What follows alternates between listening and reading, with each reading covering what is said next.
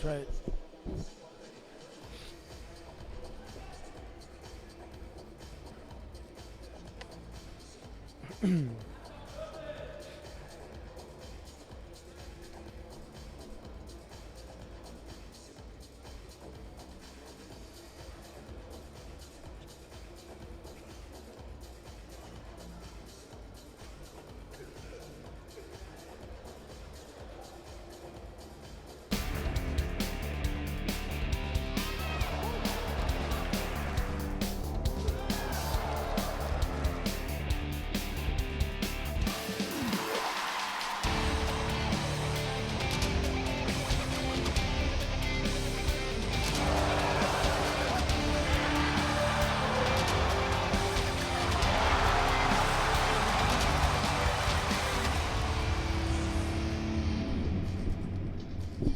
Ladies and gentlemen, dear speakers, Salam Alaikum. Welcome to Almaty. Welcome to Kazakhstan. Today we have day 5 World Judo Cadets Championships 2019. Almaty, Kazakhstan. Assalamu alaikum, Allah şükür, hayırlı kıymetli konaklar. Olmazsa ödülen hareketler arasında hoş geldiniz.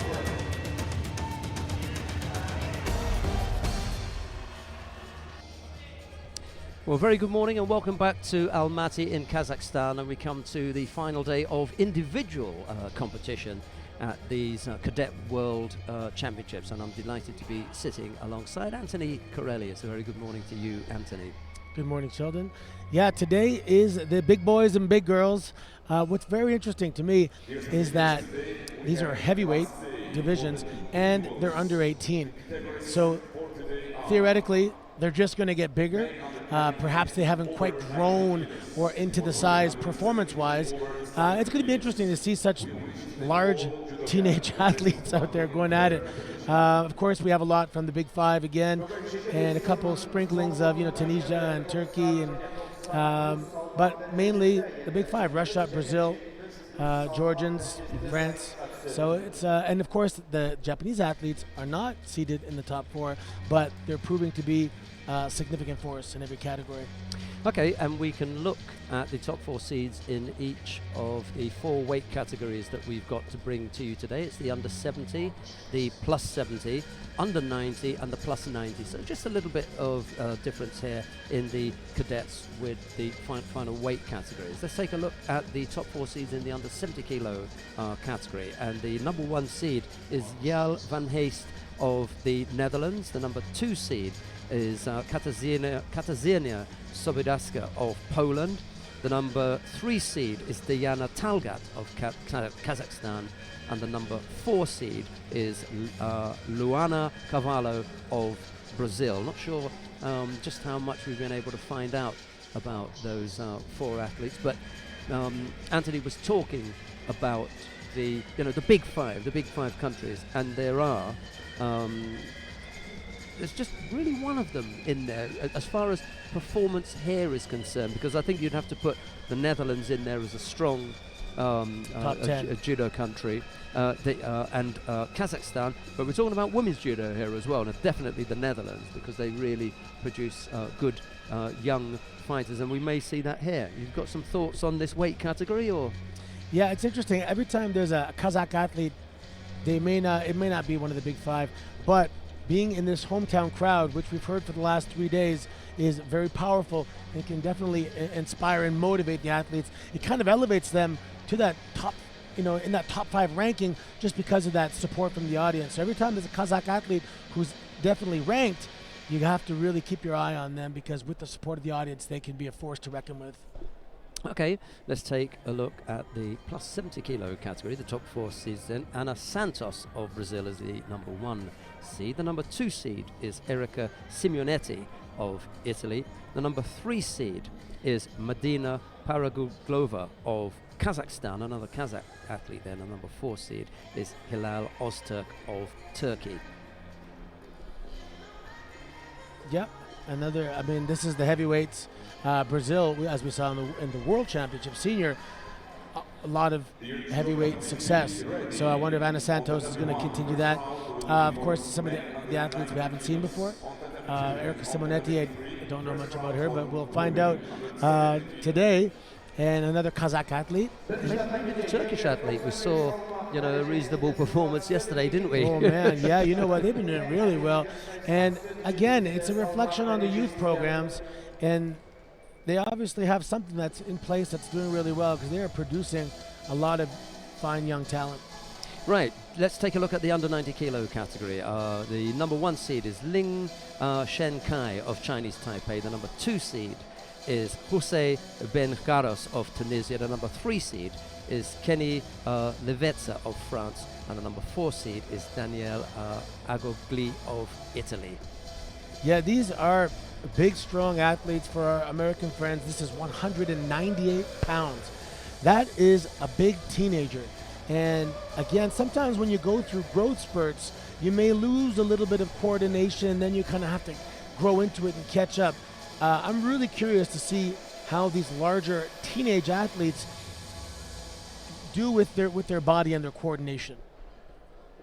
Okay, we are going to take a look at the top 4 seeds in the plus 90 kilo category. We've got 2 Russians in the top half of the draw here. Noda Onoprienko of Russia is the number 1 seed. The number 2 seed is Giga Tatiashvili of Georgia. The number 3 seed is Wahib Diouchi of Tunisia. And the number 4 seed is Ahmad Magomadov of Russia. Yeah, what's interesting here with plus 90 is that in the senior division, we do have a minus 100. So some of these athletes may be 100 kilos, and they may, as they mature and grow up, may be minus 100 and may not be true heavyweights in the senior level. But then again, I've seen some of these athletes in the hotel walking around. They look like it. you can definitely tell which ones are heavyweights. So I'm looking forward to seeing the display of strength and power from these young athletes. Right, now just before we get underway with the competition, we've got 3 minutes. It's just enough time for Anthony and myself to talk a little bit about an action that took place yesterday that we questioned and we've been discussing, off camera for a while. And I like the idea of coming back to you at home and discussing things that you may have questions about. Some of you have emailed us and asked things on our YouTube channel, and it's in connection with a score of Wazari that was given and then changed to Ippon. And at the time, we were looking to explain why we thought that a score of Wazari was good, and then having to explain why it is that it was changed to Ippon. When Ippon is awarded, there are a number of factors that the referee takes into consideration. First of all, there needs to be a landing, and that landing should be largely on the back. Largely on the back, and it's important that you remember that term, largely. There must be control, there must be speed and momentum. So there are a number of things that the referee is looking for. And when that referee signaled Wazari yesterday, he felt that one of the elements was missing. And the element that was missing was largely on the back. And because the term largely is slightly elastic, it gave the possibility for the referee to say, I think that's Wazari, but it also gave his team members, the 2 contest judges, and the refereeing commission the opportunity to say, well, we think that this is, there is more of largely on here, so we want you to give Ippon, and that was why it was changed from Wazari to Ippon. So look out for that today when you are making your own decisions at home about whether it's Ippon or not. If it's largely on the back with all those other elements, control, force and speed, there's momentum in there, then that's how they make the decision. Yeah, initially when I saw the throw, I thought Ippon. Then when I saw certain angles of the replay, then I was like, okay, I could definitely see how that's a Wazari. I mean, the word largely allows a score to teeter on Wazari or Ippon based on one's perception. This is not something that you can measure or time. This is a visual. It's happening so fast. There's also the body, and then there's space between the gi and the body. So there are elements there that are up for debate, and the word largely is going to come into play more and more, I feel, in the future as that human element of perception comes into play. But I think we would have been happy with both calls. Yeah, if he had said Ippon, I'd have been fine with Ippon.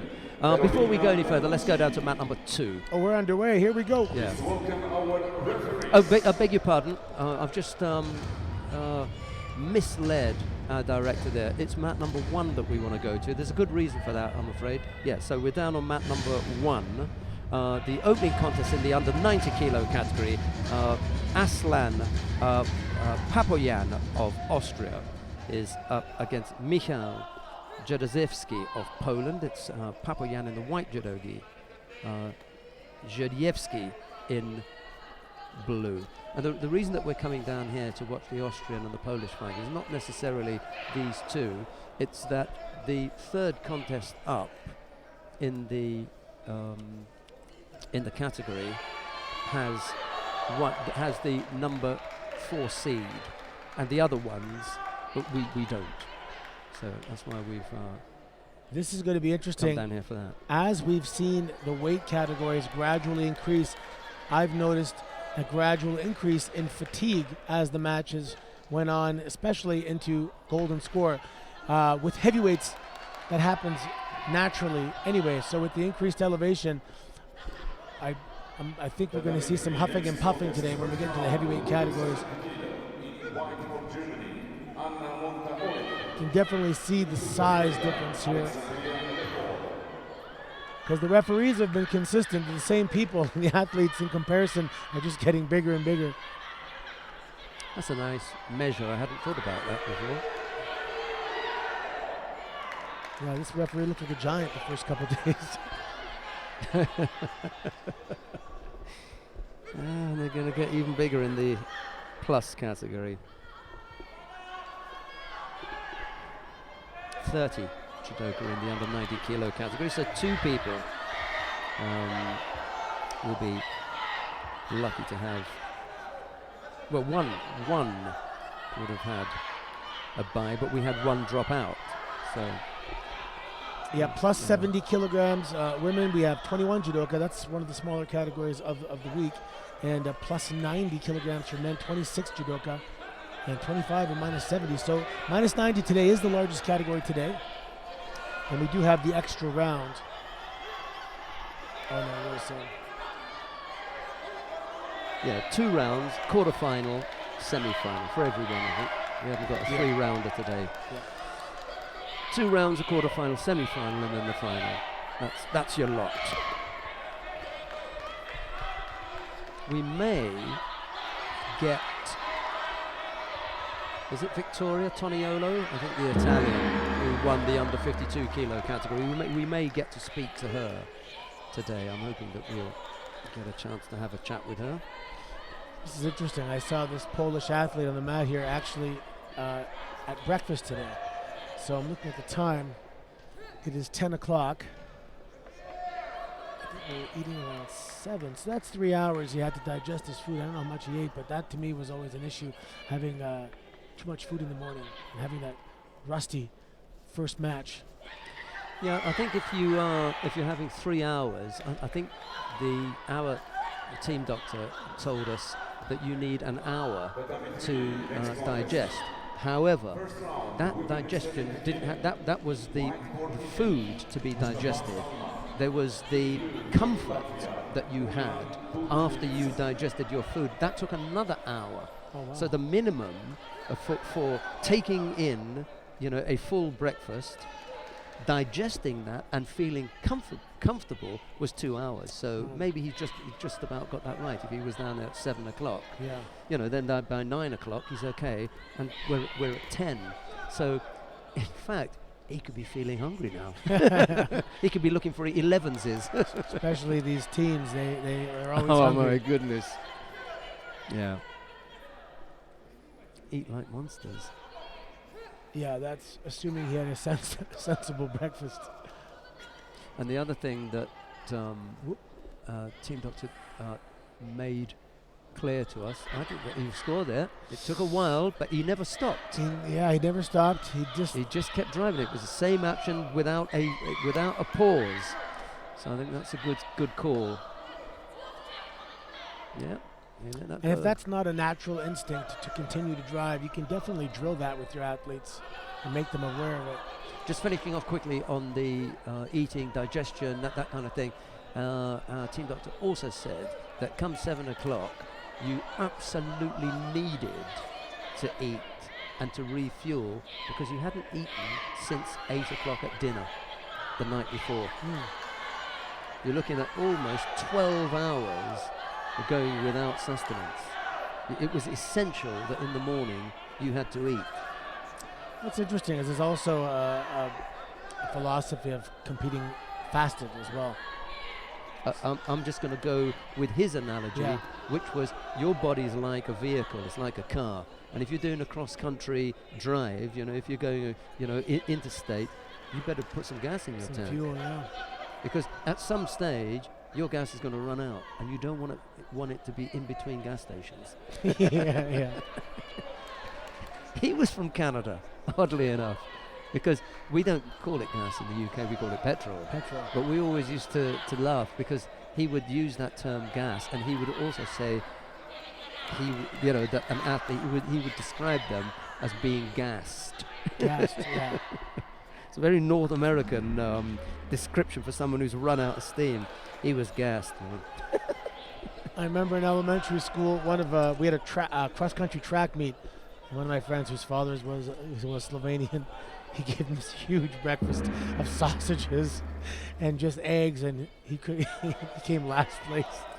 Yeah, maybe a little bit over the top, yeah. Yeah.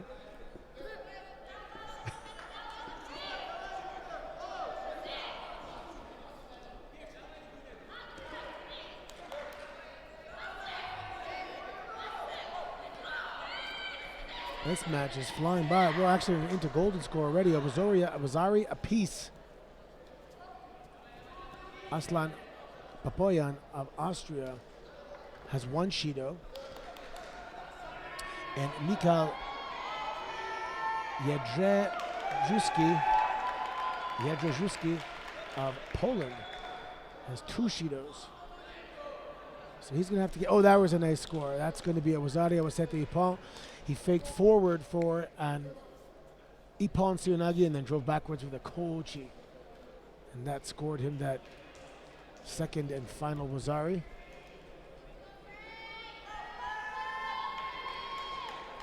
So now Aslan Papoyan is going to end up facing the number 1 seed Lin Shenkai of Chinese Taipei. Well, that was another reason for coming down here, just to make sure that we get to see who it is that will be up next. We've had a little bit of insight. Coming up next now from Israel is Roy Sivan. He's in the white judo gi, and he's facing Marius Mitroshinas of Lithuania, and he's in the blue judo gi. And here they come. These kids are humongous. The number 1 next contest, first round, man 92 kilo. White for Israel, Roy Sivan. In blue for Lithuania, Marius Mitroshinas. Nice right-handed grip here, and we have a situation once again, right-hander versus left-hander. So they're trying to get the ends. Whoa, nice Uchimata attempt there. He missed almost. He was fully committed, kicked up very high, almost putting himself in jeopardy. Is teetering on that Uchimata Oochi back and forth, and then switches to a Sumagaishi. Nobody home there.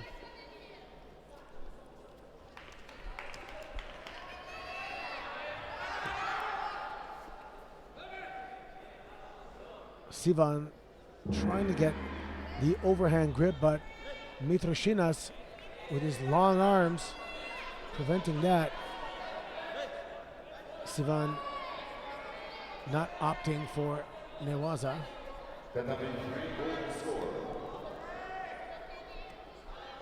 3 minutes, 14 seconds. I always seem to look at the clock when it's 3 minutes and 14 seconds. Which is my birthday? I didn't realise that. Yeah, March 14th. 14th of March. Okay, it was Neil Adams' birthday yesterday. IGF, one of our IGF referee supervisor, a former world champion, a double Olympic silver medalist, times European champion. Ooh, wow, that was 2 attacks happening simultaneously. And the referee didn't flinch, did he? No. Because who were you going to give that to? Yeah. So, not an easy job. Good luck with that. Worst job on the mat. Now Sivan achieves that overhand, but we have a mate to tell the Lithuanian coach to tranquilo a little bit here. He's talking during the fighting time.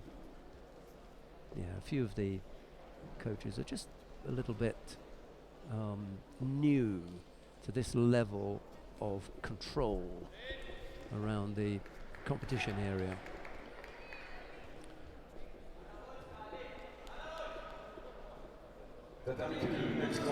One positive point about the International Judo Federation is the standardization of rules across the board.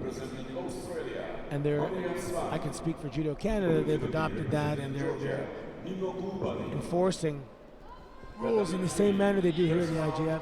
You want to have that global standardization so everyone's on a level playing field. Wazari now scored to Mitroshinas. Oof, that is going to be a Wazari now for Sivan. We're all tied up with 2 minutes, 10 seconds remaining. You get one, I get one. That's fair.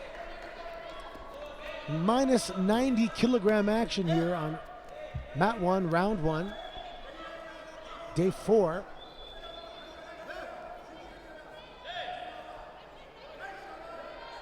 If you have not seen the mixed team competition, that was my pro wrestling background coming out. Mixed team competition tomorrow. Oh, wow. What commitment to both offense and defense. Now, he did roll him on the back, but I think enough time had elapsed that it was not one continuous effort. But the team competition tomorrow is really exciting. After watching it, experiencing it, I should say, for the first time at the World Championships in Tokyo, it has become one of my favorite things. Really exciting having the teammates, mat side. And if there's a tie, we have that draw for which weight category is going to go out there and settle the draw. It's that element of surprise just makes it that much more exciting. Wow, these guys are really going at it. And multiple times now they kind of fall and pause and continue to roll over, but we're unable to determine who is putting who on their back. Or is it whom? Reaching across now. See, he does turn him again, but I think it wasn't one continuous motion. So Sivan's going to have to try and get his legs out, but Mitroshinas has some long legs. That's going to be a tough task.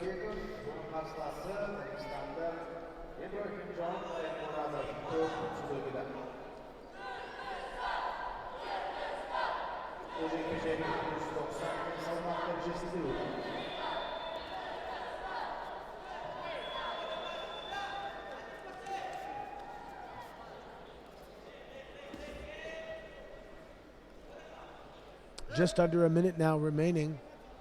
Oh, nice effort there by Mitroshinas.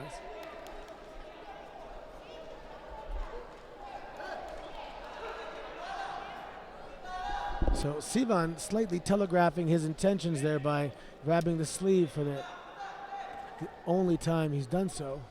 Oh, that's going to be it right there. Roy Sivan. Wazari Awasete Ipon is called. What a hard-fought battle by these two big, strong youngsters.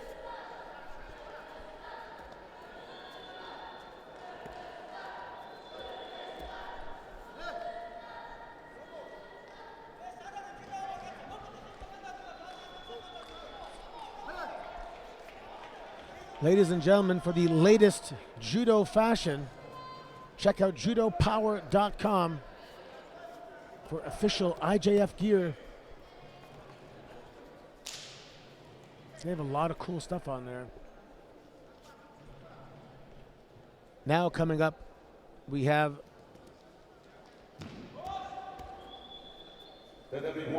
minus 90 kilogram action.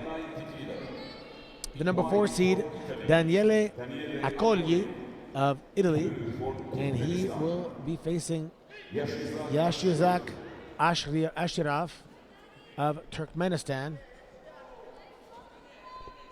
And they're underway.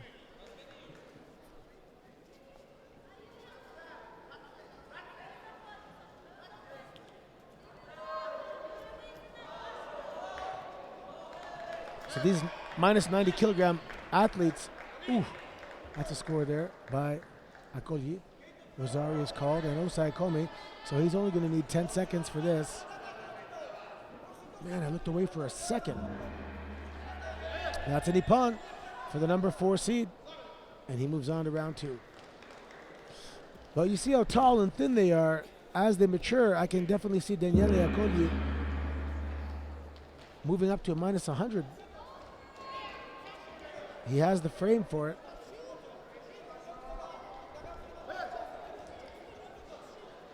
Coming up next now from Bulgaria, Borislav Vladov in the blue judo gi.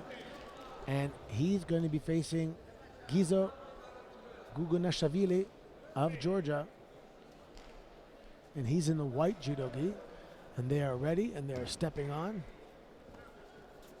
The W1 next first round contest, men under 90 kilo. In white for Georgia, Gizo Gugunashvili. In blue for Bulgaria, Borislav Vladov. Not too many athletes in cadet have beards, but Gugunashvili does. Oh, nice little Ouchigari. Immediately grabbing the lapel and trying to loop it under for a choke. He's working some newaza, has that hook in, and Mate is called. Let's see here if Borislav can respond.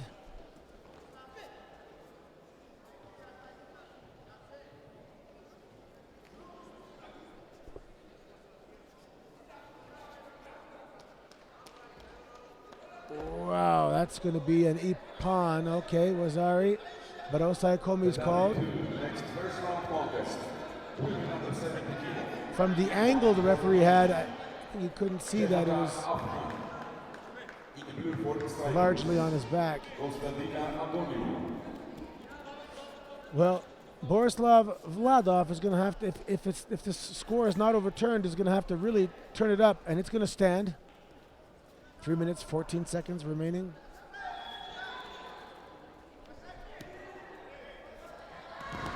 Big overhand. Well, he's looking for that. There it is. He has it now. Borislav Vladov looking for that belt. Again, righty versus lefty. Let's see if he can get it and use this. Now he fakes forward, goes back.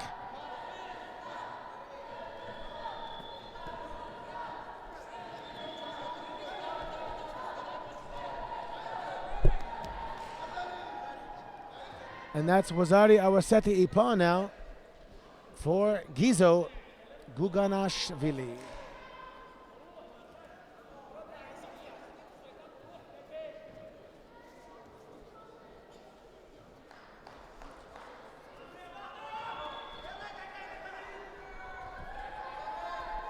If you lose before the quarterfinals, that's it. Your trip to Kazakhstan has now become a vacation.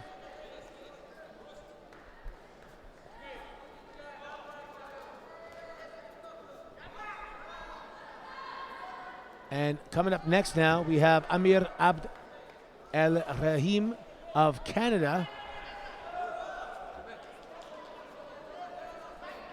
He's in the blue judo gi. He's facing Zavad Guzenov of Russia in the white judo gi.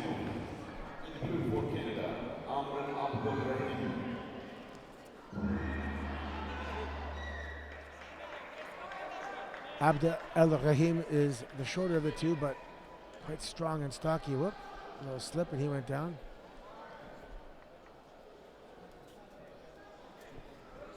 Let's see if he can figure out the reach of Guzenov. Significant reach advantage. And height. Well, I'm not sure if height is an advantage in judo. You just gotta adapt your techniques.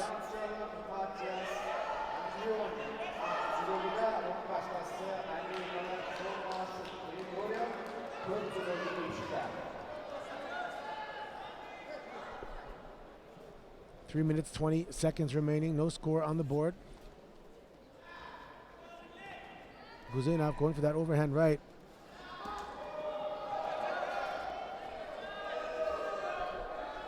Abd El Rahim blocked it, just got caught now for a Wazari. Let's see how he responds.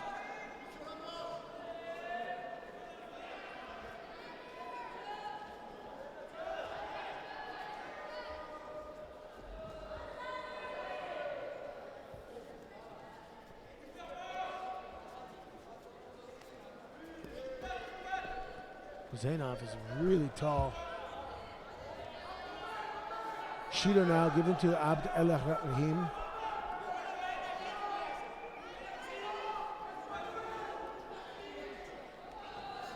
Drop down attack now by Guzenov.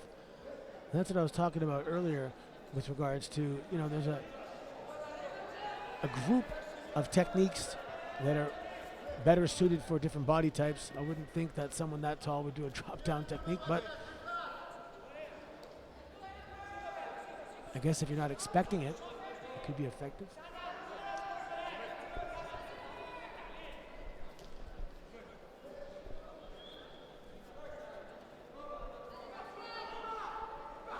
Two minutes, 30 seconds remaining now.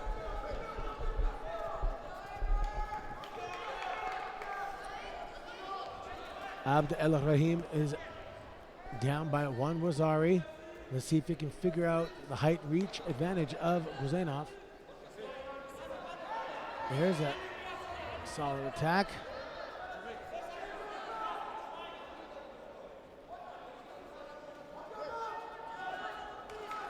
Should have pivoted those hips a little more, perhaps. There's that grip again. He has to break that. Whoa, there's a solid attack there. I'm gonna stand up here. Our monitor is frozen. I'm gonna watch this in person, live. Here we go. Amir blocking that left hand of Guzenov. Now he has his grip. Guzenov dropping down again. Let's see if Amir, he opts to stand up.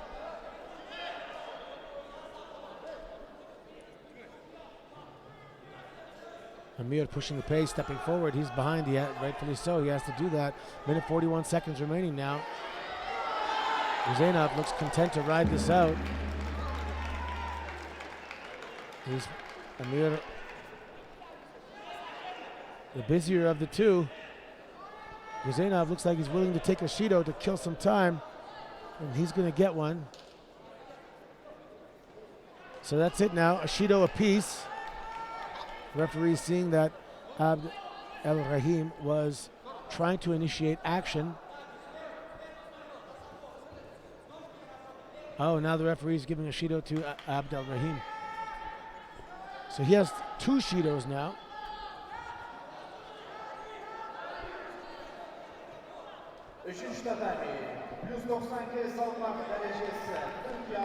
Minute 9 seconds remaining.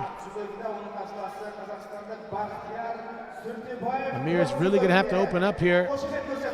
Try and figure out. No, he dropped down. He had the belt, but he dropped down. Hopefully that's not going to be another Shido. Referee asking Amir to take his spot. Did he break the balance? Hajime is called. Good.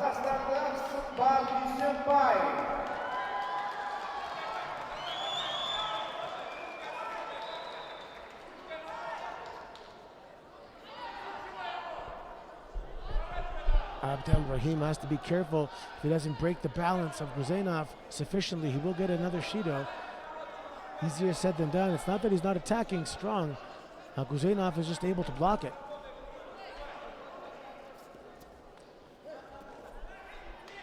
Abdel Rahim's doing the right thing. He's shaking him up, changing directions. See what he can do here. Oh, Chigari attempt by Guzenov. Oh, looks like the strength.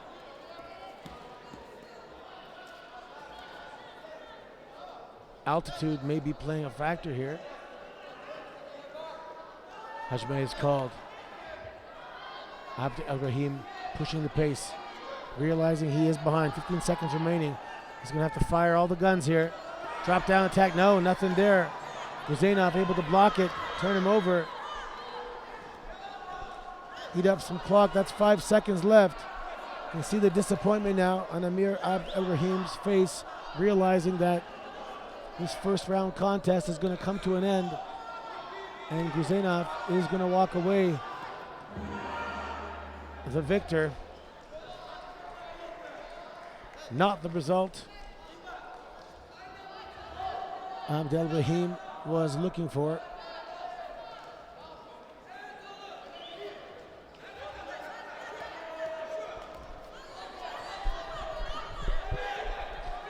When you get onto the international circuit and you see the size of some of these athletes, perhaps Amir might consider dropping down to 81 kilos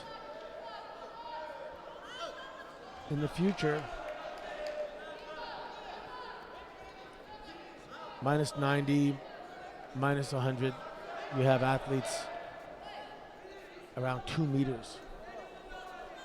Really tall guys. There seems to be a change in the prototypical physique of a judo athlete that may be a result of some of the rule changes, that have been in place several years now with regards to not grabbing the legs. We were discussing that yesterday. Here we go. Coming up now, we have Karatbek Sabit of Kazakhstan in the blue judo gi. And he's facing Batzarig Gonchig Suren of Mongolia, who is in the white judo gi.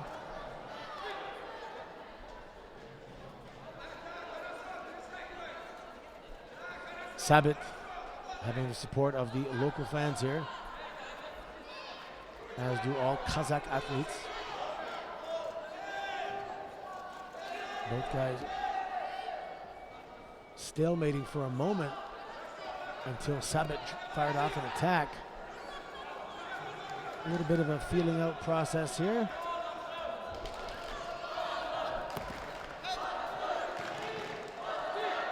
Gonchigsuren leaning in to get his grip, putting himself a little bit off balance.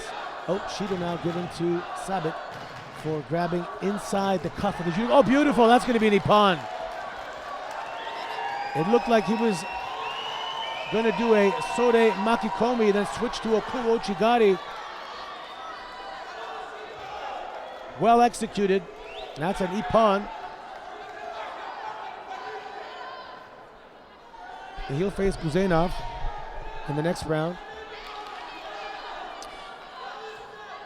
Already the second round of the top half, Pool A and B, looks pretty stacked.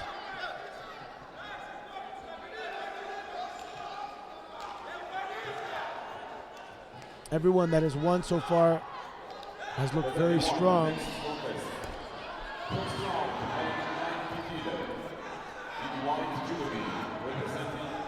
So now we're starting Pool C, and we have the number 2 seed, Hussein Ben Gares of Tunisia, facing Todaka Junosuke of Japan.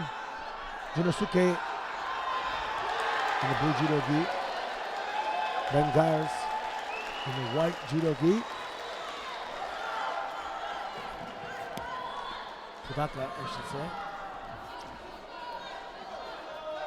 So Bengaris fired off the attack, but Todaka was able to get his balance and almost reverse that.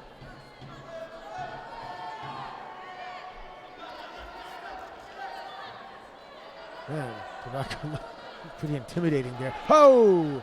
Nice little bit of Ashiwaza sweeping defeat of Bengares. He was able to spin to his stomach, but now Todaka has his back. Trying to make a little magic happen here in Newaza. Todaka, very much an in-your-face fighter.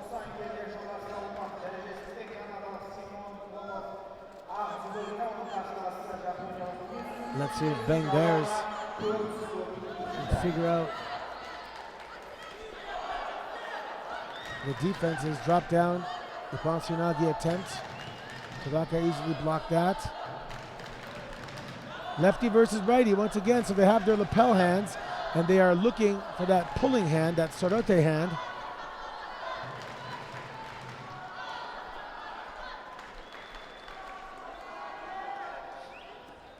So a little bit of a one-handed chest battle taking place here, looking for the inside. Bengares has the inside, but Todaka, when you have the outside, looking for a Sore Suda Kamigoshi. When you have the outside, you can do an offside Iponseonagi and use the outside, your arm on the outside to trap the arm. Let's see if Todaka is thinking that.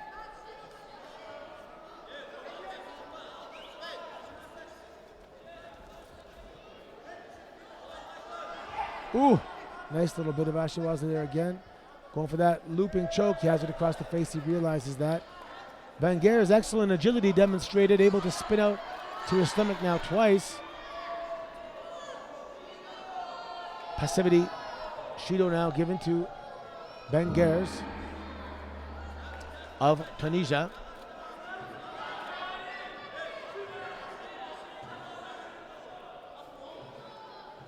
Bengares asked to tidy his judo gi in the back. For some reason, tucking that gi in the back is just exhausting on the arms, especially when the end of the gi is actually trapped under the belt. There it is, he fixed it. So you got to look for it, try and get a grip of it, and then pull it down.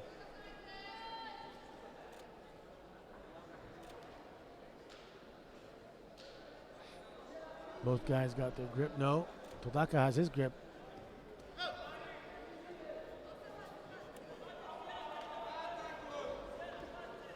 Drop down, attempt now by Todaka, easily blocked by Bengares. Both guys opting to bend over here as they're battling for their grip. Now they're starting to stand back up.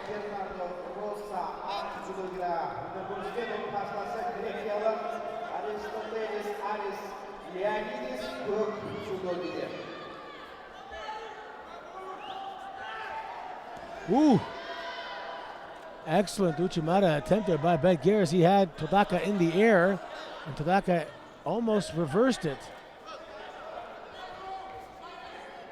Nice defense there by Todaka of Japan. So no score yet.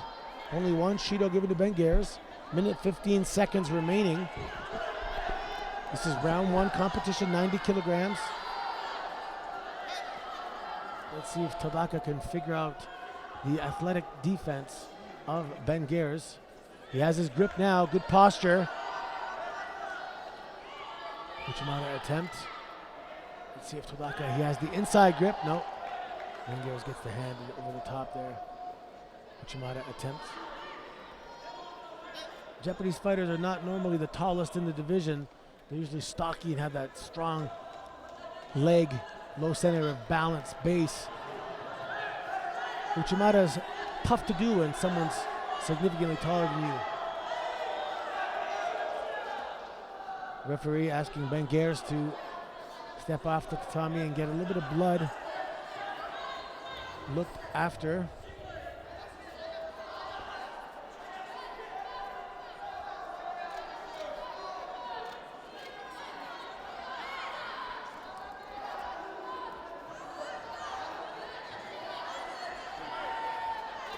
Opportunity now for Todaka to catch his breath a little bit.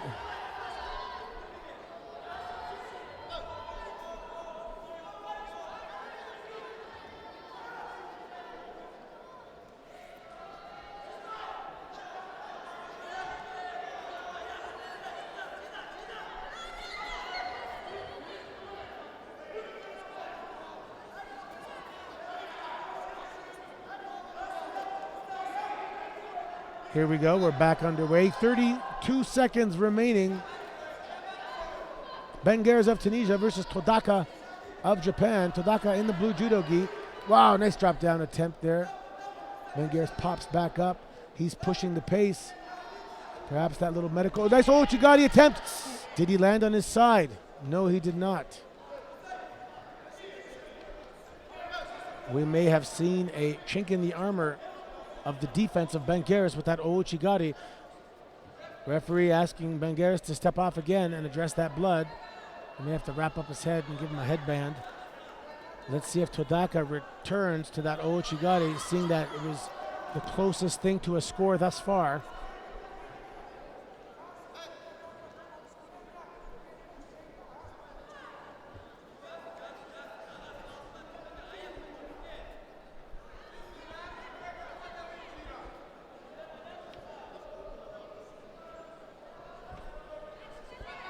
We'd like to thank our sponsors, of course, SOCAR, Impulse, OTP Bank,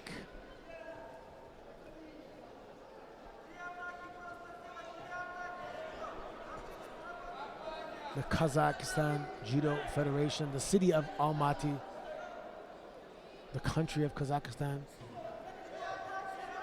for allowing this wonderful event to take place. City of Almaty is beautiful. May not be on your top 10 destinations for vacation, but consider it. There are beautiful landmarks to see. It's rich in history. The people are very friendly and warm. Surrounded by mountains.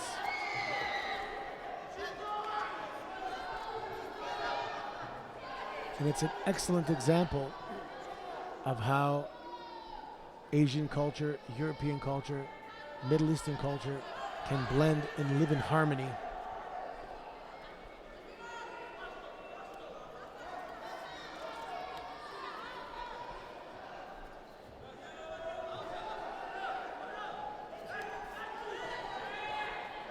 If you have a spare moment, check out judopower.com. I know I say it a lot, but they got some really cool stuff on there. If you don't already follow us on social media, check out @Judo for Twitter, @Judo Gallery for Instagram.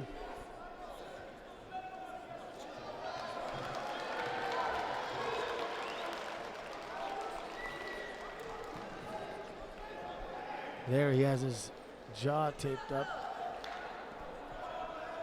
I always wonder if that particular style of taping, oh, there's a little foot sweep there. Did he get a Bazari? He did. Just as the clock ran out. Oh, they're going to review that. Man, that tape job, it looks, I don't know if that's an obstacle with regards to breathing. It's across his mouth.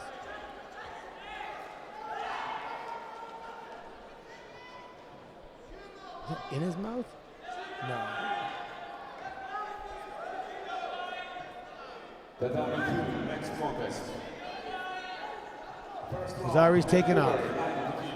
He was a little generous, but not far off. Now we're into golden score, so we have no score on the board. Just 2 Shidos now, given to Benguers.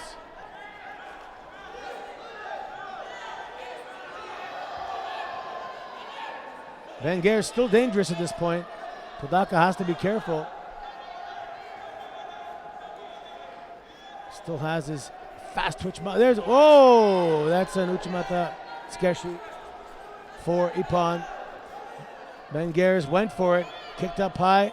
Todaka just moved his left leg out of the way and then countered brilliantly for an Ippon.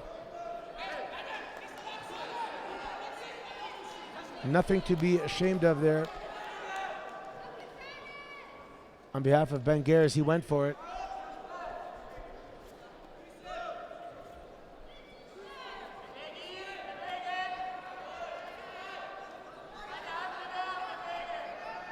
Oh, we got some of the big boys now on mat 2 and 3.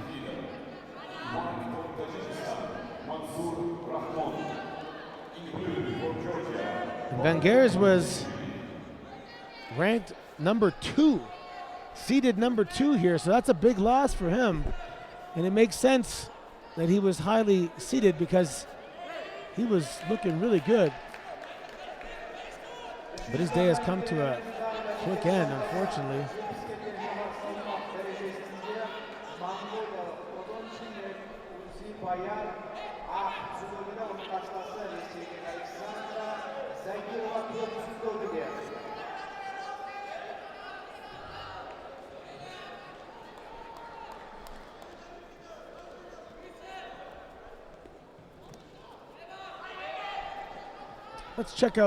Let's go over to mat number 2 if we can here. Let's check out some of these big boys. Here we go. Daniel Utsilauri of Germany. And he's facing Islamberg Ravshanakulov of Uzbekistan. Ravshanakulov in the blue judo gi, and Utsilauri of Germany in the white judo gi, plus 90 kilogram action. If there was minus 100, I don't think either of these guys would make it. Those are real heavyweights.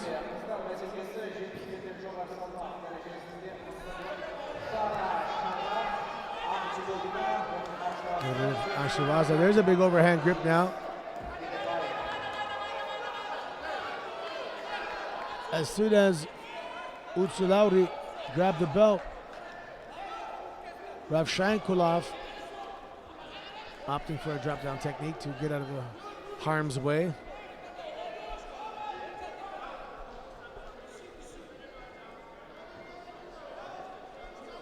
Second Shido now given to Ravshankulov, I think because of that drop down and avoidance.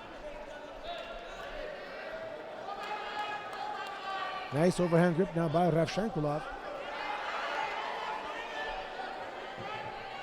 He lost his pulling hand, so Utsilauri comes crashing down on him. Both gentlemen not opting for Newaza. So no score on the board. Minute 9 seconds remaining, round 1 competition, plus 90 kilograms. Oh, nice attack there. Sode Makikomi from Ravshankulov.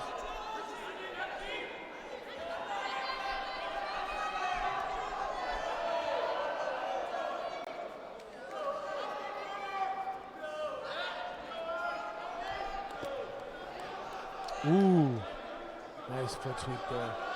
Attempt. A little more, and I think we would have had a big throw.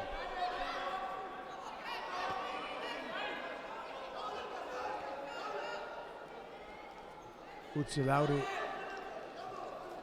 realizing that he was about to look like he was grabbing the far side.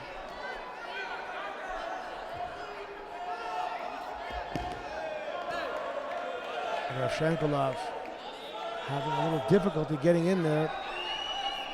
And he is huffing and puffing with 18 seconds left. This is what I'm talking about, this altitude here with heavyweights. Shido now given to Utsilauri. Mate called. That's taken off. That's going to be given. Oh no, it's taken off. That's it. Utsilauri should push the pace here. Ravshankulov has his back against the wall with those 2 Shidos. He knows he can't sit. Oh, that was that same foot sweep.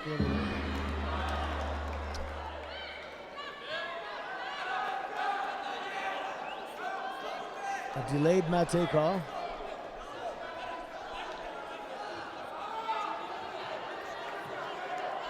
We are in golden score. Hajime call.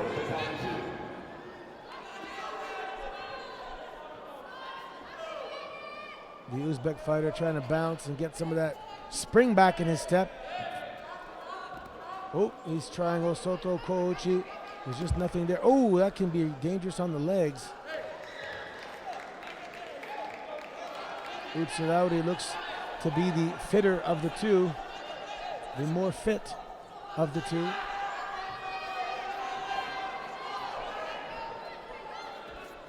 Ooh, nice overhand grip now. Unable to capitalize on that dominant grip.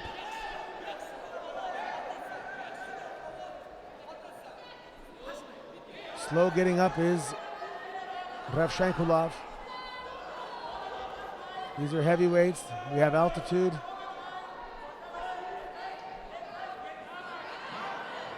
Saraudi now with an overhand dominant grip, really bending Ravshankulov, who has to be careful he does not get that third and final Shido.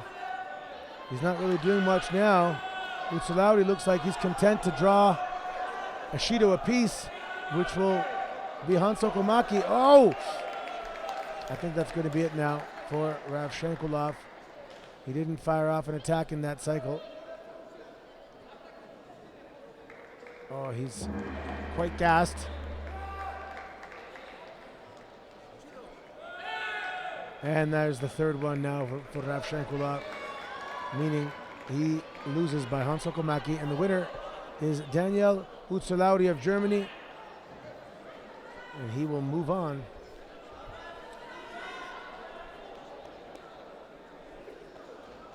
And face the number 1 seed, Ono Prienko of Russia, in round 2.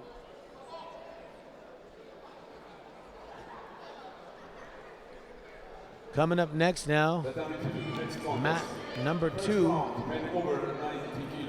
Ahmed Abdel Samia of Egypt, and he's facing Hussein Mamedov. And Hussein Mamedov is from Azerbaijan, and he is in the blue gi. In white for Romania, Alex Kretz. In blue for United States of America, Alex Semenenko.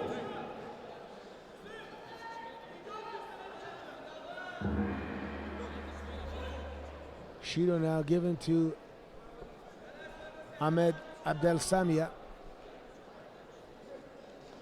who's pretty short for a heavyweight. He must be very strong.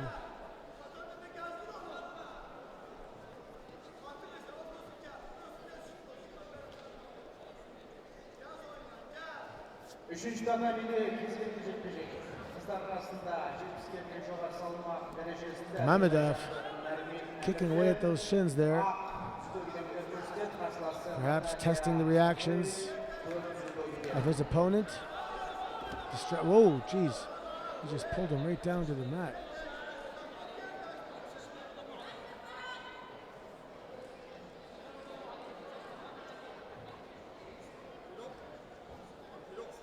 A Shido apiece now given out, so that means that Abdel Samia has 2 Shidos with 3 minutes remaining.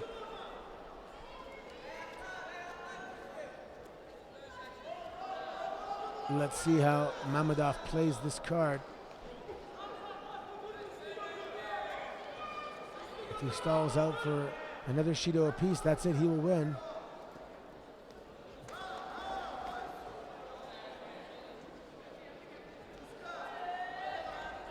Dear visitors, we remind you that today we have the last day for the individuals. Tomorrow, it's time for the mixed teams competition. There is one important information update about change of start time. So tomorrow, mixed teams competition will start at 12:30. So starting time for the mixed teams competition tomorrow. Abdel Samia with an attack. Oh, he left his head up there. Oh no, Mamedov aborting the Newaza action. Standing back up. 2 minutes, 8 seconds remaining here. Let's see how Mamedov plays this.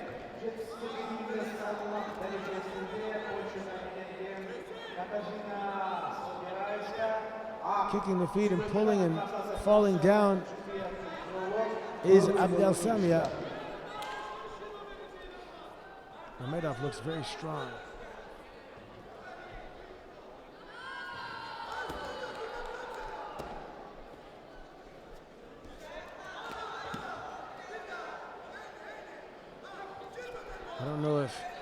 Abdel Semia's pants are too long or they're falling down, but he's starting to step on the back of his pants. Hopefully he doesn't slip because of that. You can see there, Mamedov's going to try and throw him. Mate's called. I believe this is going to be it. Shido apiece.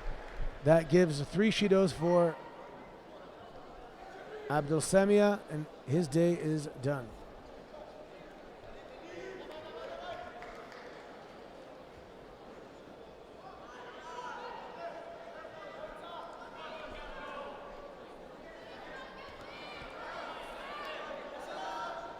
So coming up next now,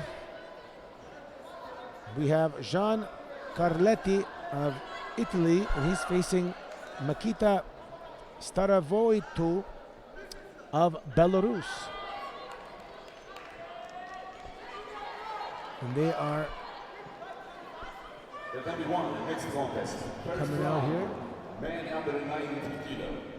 In white for France, Cadets. In blue for Kyrgyzstan, Alain. See, that's an example there. Carletti is fighting plus 90, but he looks like if there was a minus 100, he would fit in that category. Not the biggest heavyweight, but that may give him a speed advantage.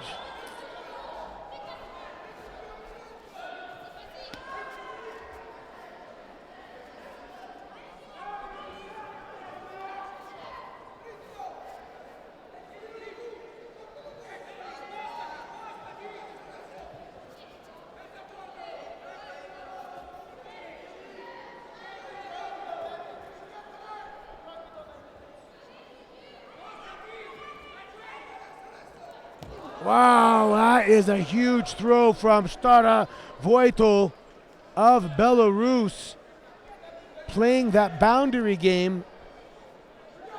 So Carletti had to push forward, and Stara Voitel used that push and came up with a thunderous ippon, perhaps a harai goshi. Here it is here. He's pushing and boom. He had the, almost like a toshi, but he had the overhand grip. Let's see now. No, he did sweep the leg. That's like a harai goshi. Damn, that was powerful. So Carletti is done. Staravoitu is going to fight Mamedov in round number 2. That's the throw of the day so far.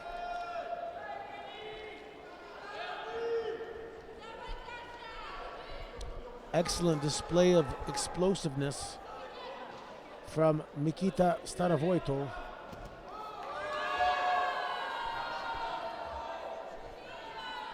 So coming up next, we have Irakli Dematrashvili of Georgia, and he's facing Yash Gangas of India. Gangas in the blue judo gi. Dematrashvili is in the white judo gi. Here they go.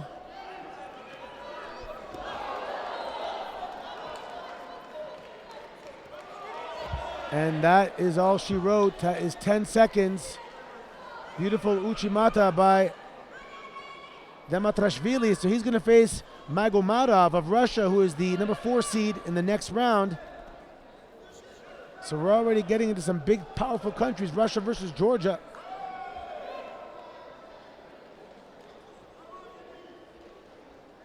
Interesting, getting all these ippons in the heavyweight division.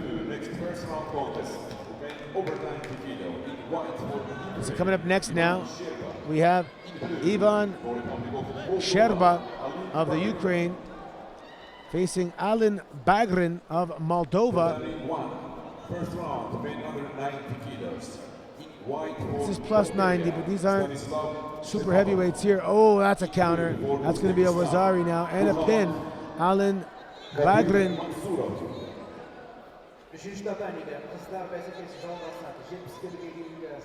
Sherba able to escape, but was it in time?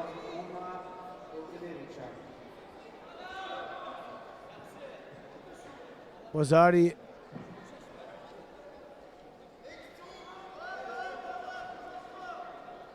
Hold on. He scored a Wazari with the throw and pinned him, I guess, for 9 seconds, which is not quite a Wazari. So he is left with 1 Wazari, and we are underway.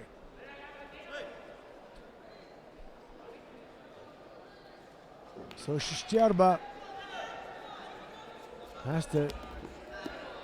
That's going to be it. That's a Wazari Awasete Ipon.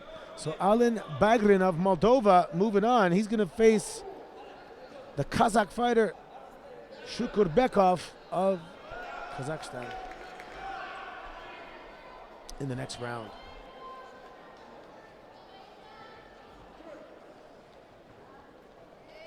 So we're moving along rather quickly here. The last 3 contests have been fast Ipons. Now we're going to go down on mat number 2. We're going to stay here, but we're going to plus 70 kilos. Canadian Asia Douglas coming up here.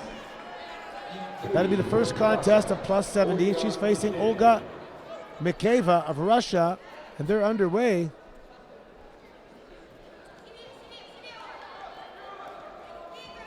Olga Mikhaeva, a real heavyweight. Asia looks a little small for this category, but she is the faster and more aggressive of the two.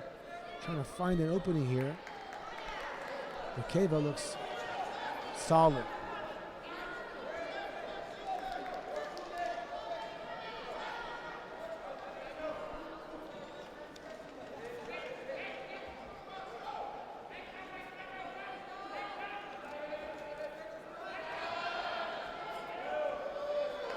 Mikhaeva pushing forward.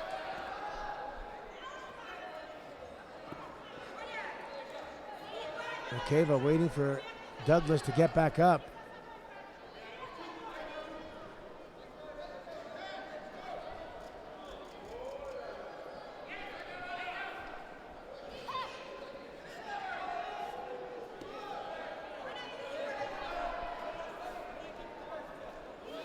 Let's see if Asia Douglas can figure out this bigger and very stable looking opponent in Mikhaeva.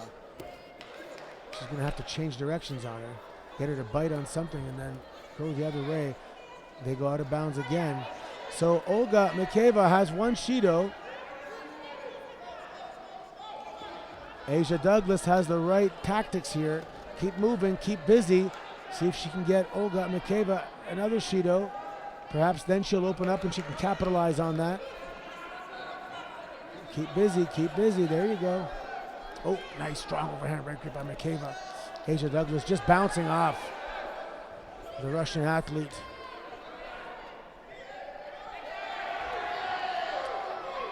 She lost the Sorote arm. There's an overhand right grip now by Mikhaeva. Douglas having a little, she ducks under. She has to break that.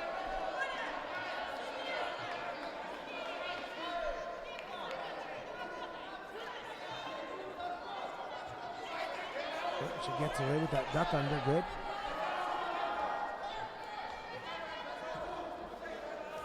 Now, ooh. Asia Douglas looked like she's wobbled on her ankle there for a second. Hopefully she's okay. The farther this goes, I imagine the larger athlete, all things being equal, uses more oxygen, is going to have a harder time. So Asia Douglas is to be wise to invest the energy now, try and get Mikhaeva fatigued.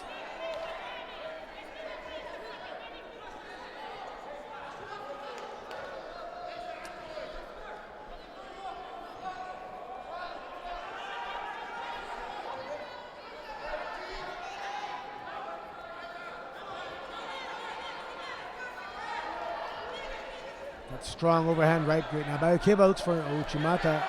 Asia Douglas, she's be careful here.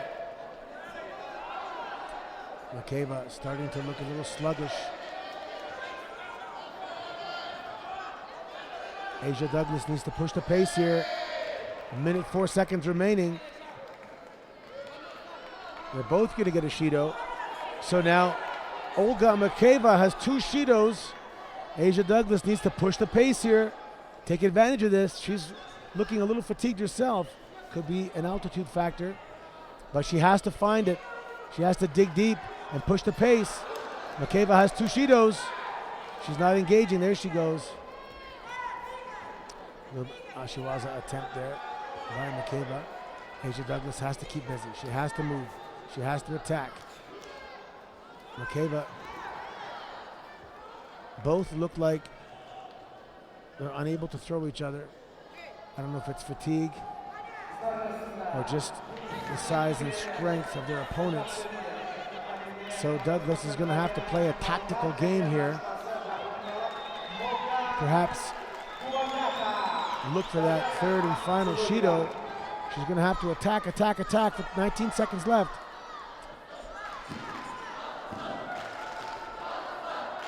She's going to have to attack, stay busy. She doesn't want to even the score with regards to Shidos. Oh, Makeva waiting. That's the end of regulation time. We're going to go into golden score. Makeva waiting. She looks like she likes to counter her opponents. She's favoring her hand here. She must have fell on her hand.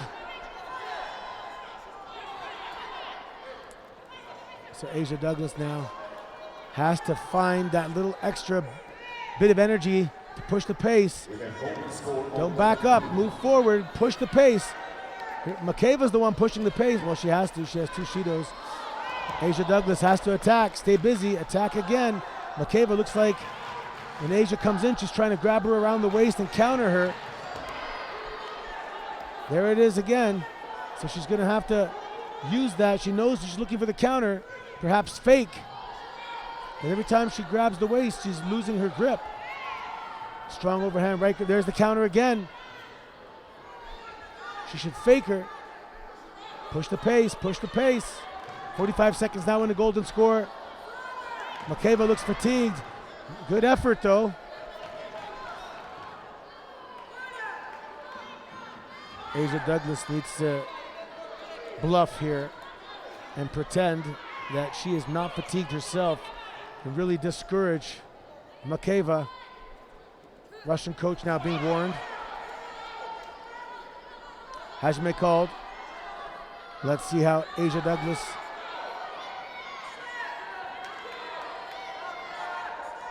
plays the cards here. She has to push the pace. I know she has a big, strong opponent in front of her, but she has to stay busy. Break that grip. Oh, Makeva still able to find enough energy to fire off an attack. She's gassed. Asia now, there she realizing. Going after Makeva, pushing her out of bounds.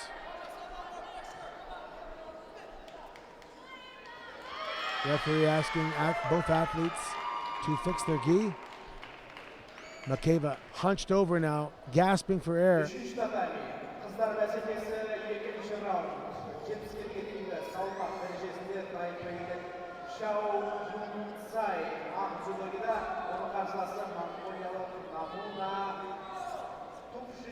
Makeva watching both athletes watching the referee intently. 2 Shidos apiece now. That's not what Asia Douglas needed. Now her back is against the wall. Makeva trying to find something here. Overhand grip. Good attack from Douglas. If she can get up and keep firing off the attack first, not allowing Makeva to attack, she might be able to get that Shido call.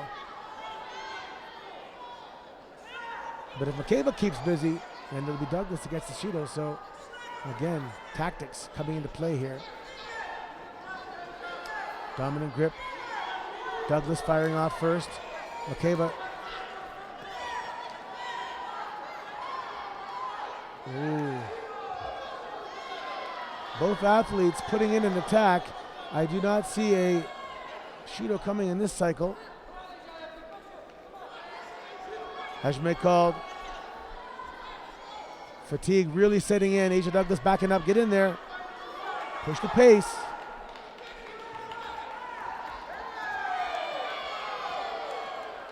Asia Douglas not really looking like she wants Newaza. I don't think she'll be able to turn over Makeva anyway. Makeva taking her time getting up, using two hands on one leg to get herself up. She is fatigued. Two minutes, 27 seconds now into golden score. Both athletes exhausted. Who's going to find that little bit extra? Asia Douglas firing off an attack. Makeva looking for that choke. I think it's across the face. Not really having the energy to even do this. Referee calling mate.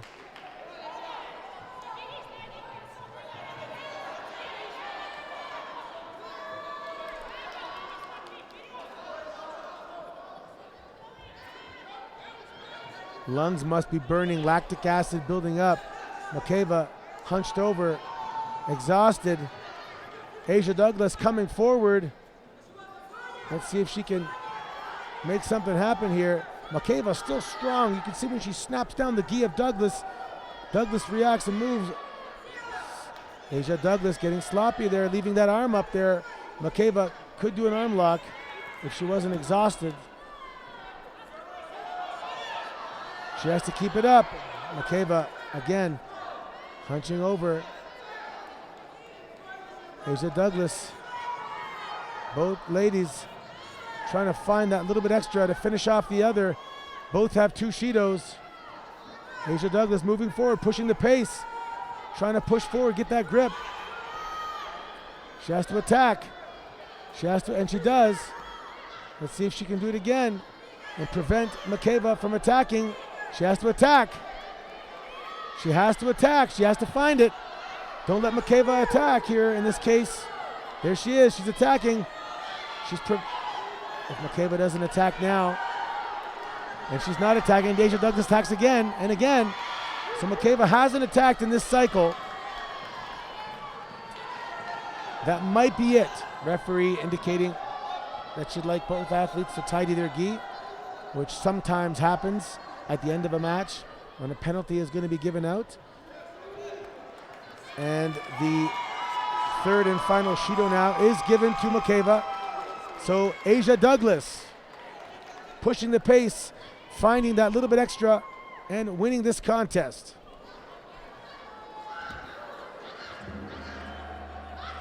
And she will move on and face Zia Tavano of Italy in the second round. If she wins that, she will be in the quarterfinals. Coming up next now, we have Karina Takiyeva of Kazakhstan. And she's facing Carmen Dijkstra of Netherlands. And they're already in the middle here. Here they go. These two are fresh.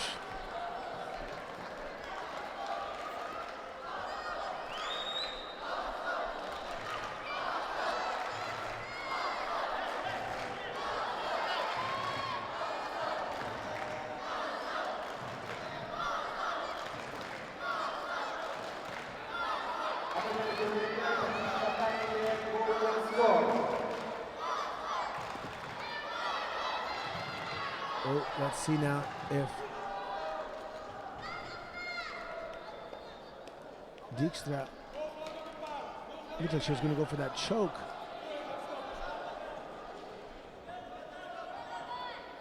All right, these athletes, here they go. They're locked up. Overhand, right grip now. Takiyeva, look. Takiyeva. Still trying to figure out the gripping game here are these two athletes.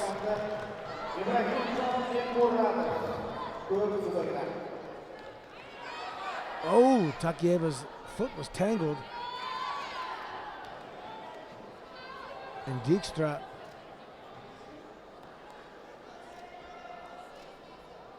unable to capitalize.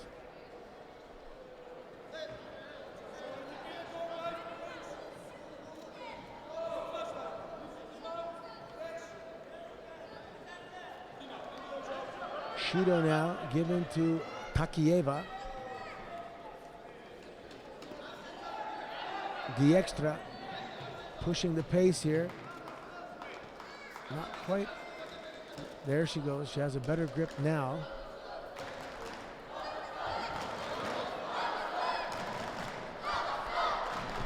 Good job.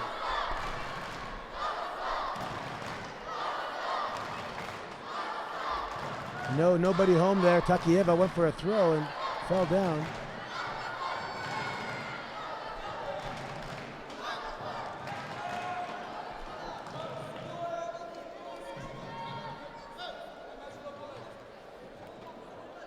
The extra pushing the pace, coming forward. Takieva looking a little bit fatigued already with 2 minutes to go. You would think that she'd be used to the altitude. Whoa! Nice little Osoto Gari attempt there, but unable to sufficiently hook the leg of Takieva. Another Shido now is going to be given to Takieva. As I was saying, I would assume that she would be more accustomed to the altitude. She looks the more fatigued of the two. The extra on top, opting to stand up for Tachiwaza. Here she's coming forward, pushing the pace. Takieva looks exhausted. Uchimata attempt. Let's see if she can maybe fake forward, take her back. Oh! Trying to turn Takieva, just driving. She has the arm underneath. And she gets an Osai Komi. Takieva is not going to be able to get out of this. She's already exhausted. And the extra is squeezing really hard. She's just about 3 seconds left and she's going to win this. And that's an Ippon scored now for the extra of Netherlands.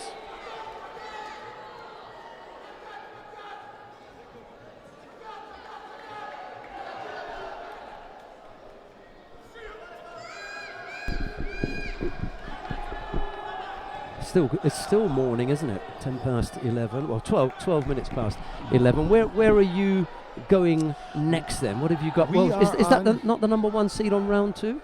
We are on round two. So I'm mat two. I'm on plus 70 kilograms. Oh, mat two is the under 70 now. Oh, we've just changed to under 70. Okay, yeah, and I think that's the number one seed coming on. Yeah, we're back at the top again.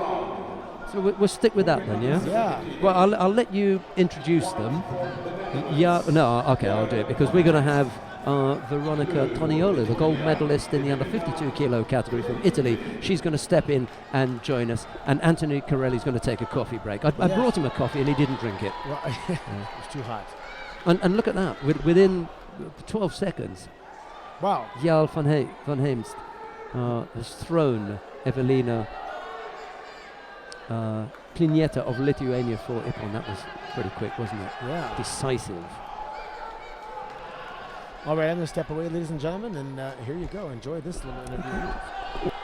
Right, okay, we will have Anthony Corelli come back shortly, but in the meantime, we are happy to have sitting in with us for the first time up on Judo TV, the gold medal winner from the under 52 kilo category a couple of days ago, Veronica Toniolo of Italy. She's going to pop the headphones on. In the meantime, we're looking at Elisabeth Flugbeil of Germany. She's up against Nino Gulbani of Georgia. It's Flugbeil in the white judogi, Gulbani in blue. I'm just going to put away my laptop and I can say good morning, Veronica. Good morning. Good morning. We might just want to put that a little bit closer to you so we can, or they can hear you at home. First of all, congratulations for your gold medal winning performance in the under 52 kilo category a couple of days ago. undoubtedly this is the high point of your judo career today, up to this point, yeah? Yeah, it was a very good day, and I want to win. But I know that it was very, very difficult that day to win because I was so anxious. But I did that, and I'm very, very happy. Okay, we will, ask as many questions as possible to make it as easy as possible for you to tell us, some of your feelings and some of your thoughts and things, and maybe talk a little bit about the competition day, because off camera you already said yourself that there were a couple of contests where you feel that you were not, at your best, and you've explained that by saying it could be some nerves, it could be anxious, it could be that kind of, tension because your family are watching, your friends are watching, and it is the biggest competition. But it's not the first time that you've won a major championships, is it? You have already a gold medal win from a European cadet championship, so you already know the feeling when you are on the top of the podium. But that adds some pressure because people are expecting you to do well. When you came here, did you feel that pressure as the European champion to do well here? Yeah, I feel a lot of pressure, and I was the number 1 seed. So with the statistics, I have to win, and for me and for my family, I have to win. And even if it was, I repeat, a bad day for me, I thought that not only, but a big part, I have to win for my family, because they give all to me, and I have to give all to today. Who is it in particular in your family that is involved in judo? Is your mum or your dad or your brother, or who is it that's so strongly involved in judo? My mom and my dad is my coach, and my dad with his brothers another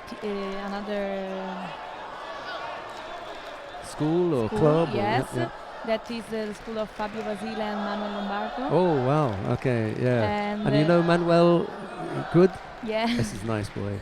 Lovely judo. I don't say anything not about Fabio Basile, but because everybody knows him. Yeah. But I speak about Manuel Lombardo because he's got such lovely judo. I really enjoy watching him. Really nice, yeah. Yeah. And where in Italy is that? Which city is that In Turin. In Turin, okay. Yeah. We live in Trieste, that is 4 hours to Turin, but I train a lot in Turin. Okay, so Dad and Mum both involved in judo. You just won Cadet European Championships, Cadet World Championships. There's someone else who has similar story like this. Maybe the Daria Viladic. Okay, so we speak the same language because this is the direction that you're going in. The next step up will be juniors. At some stage you will tackle the juniors, and then at some stage to prepare and get ready for that the ultimate step, which is to fight on the IJF World Tour in the seniors, and hopefully to do and be as successful as someone like Dario Viladic has been. Who from the senior players have you been on with? Who have you practiced with and actually put your hands on and felt what it's like to be with some of the top fighters? I watch all the categories since I was 4 or 5 years old. I hope you've been watching them on Judo TV. Yes. But I really like the Japanese two girls, in Abe, particular Abe Abe Uta, Yeah. Yeah.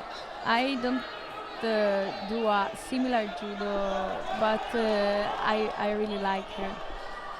And have you been to Japan? Yeah. I take it. And what was it like training there? Where did you go? I went in Tenerife school. It was so hard. Really a lot of train, but it was so good. I want to return in Japan. So Right. Let's talk about the competition day. Your quarterfinal win in particular. There was a special moment there when you won in Newaza against an opponent that you have some history with. I think it's Del Toro, the Spanish fighter. You had beaten her once, but lost to her once in the EOF, in the European Youth Olympic Festival. So coming into this competition, when did you know that you might face her in the draw? When did you know that? I saw the draw in the morning, and I know that I have to do a good competition to win, but I don't know why, but I thought that she wasn't in my pool. Because there were some other fighters who were seeded differently that would have Yes. put her somewhere else. Yeah. Yes. Okay. But she was the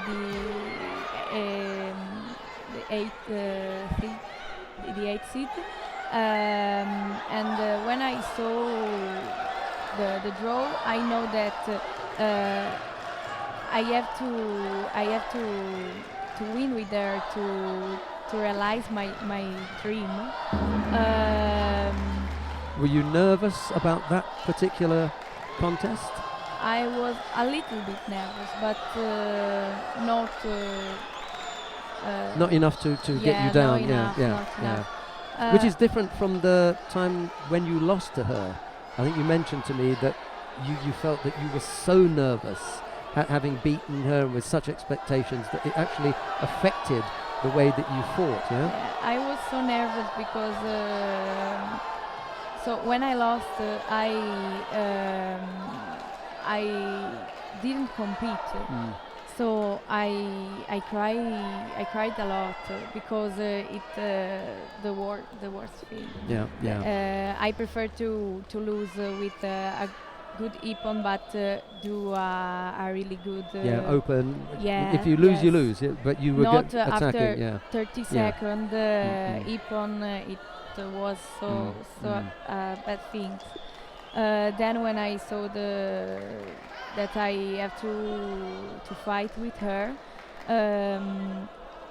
I was a little bit scared, but I think maybe she is scared than me because she is beat me, but she knows that I beat her before. And in a different way, yeah. In a different way, and so I know that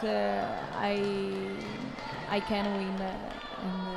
And you did, and you won with a really nice turnover into Sangaku Gatami, and we were talking about the fact that you yourself thought maybe the referee could have called a mate there, but he allowed the action to continue, and it was a good result.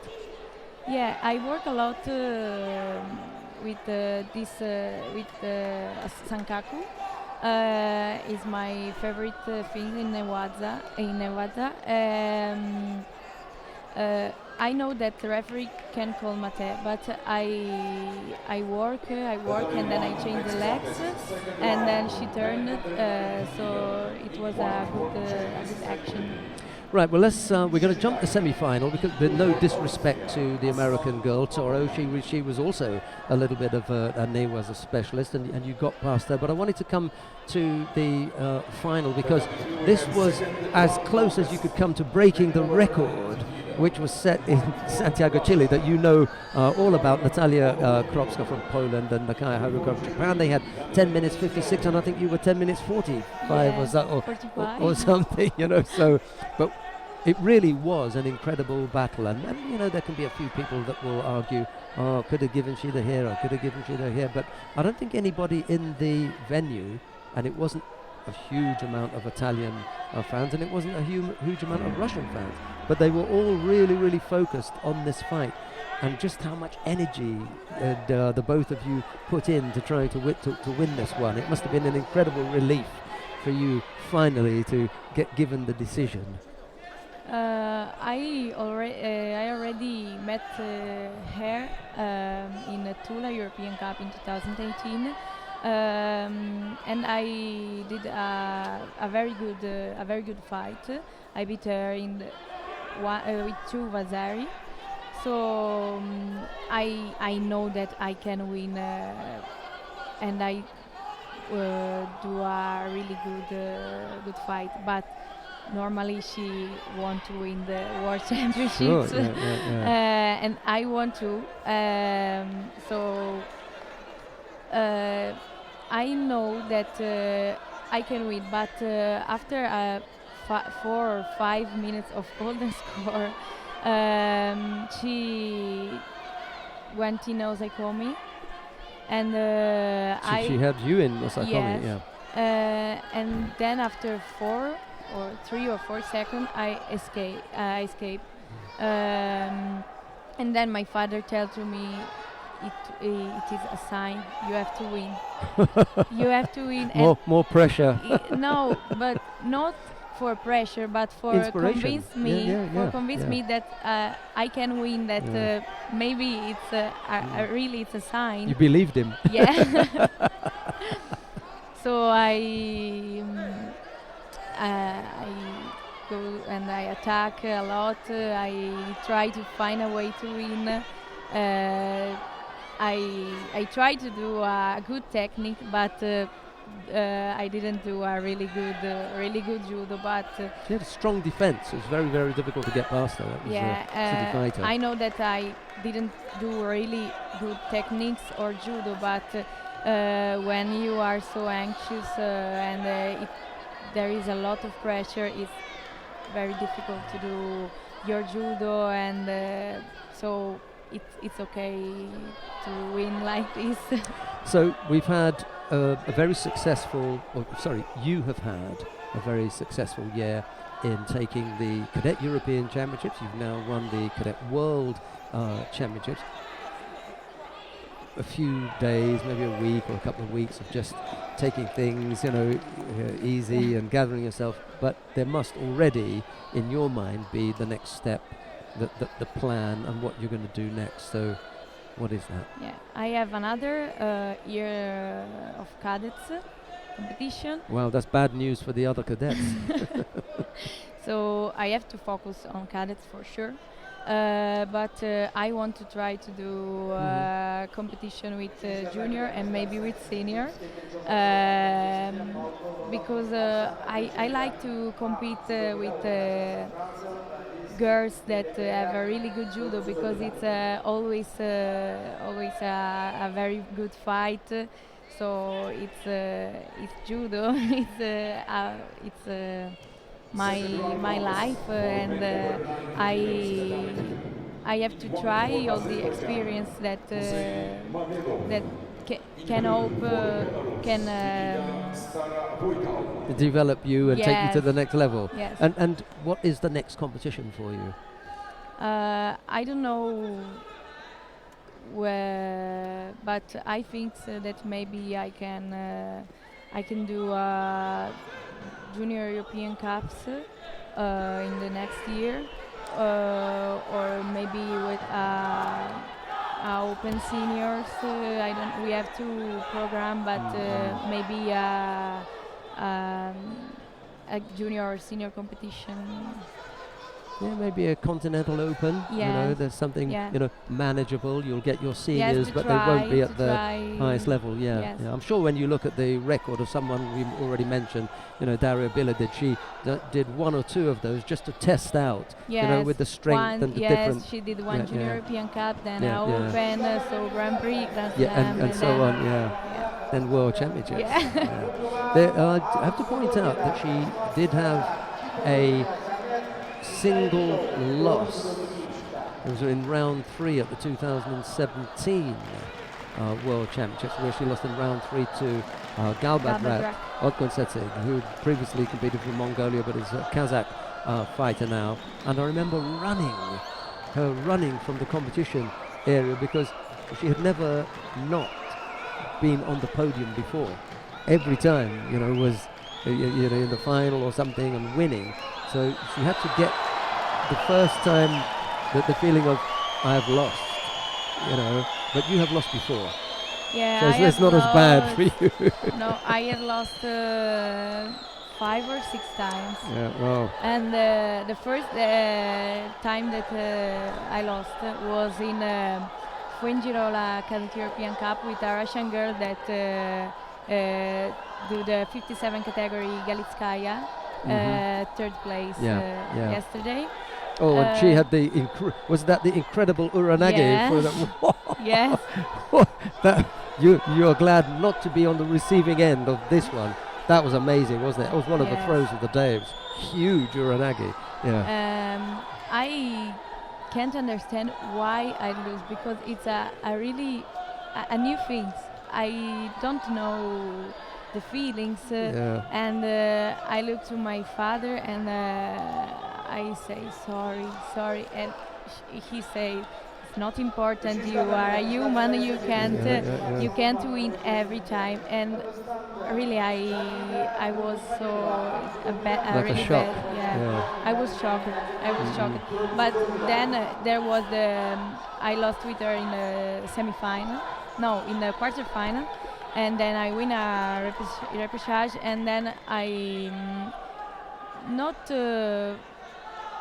really want to fight for the bronze medal. Bronze medal, but then I understand that other girls want that medal. Yeah. So I can't just give it away. Yes.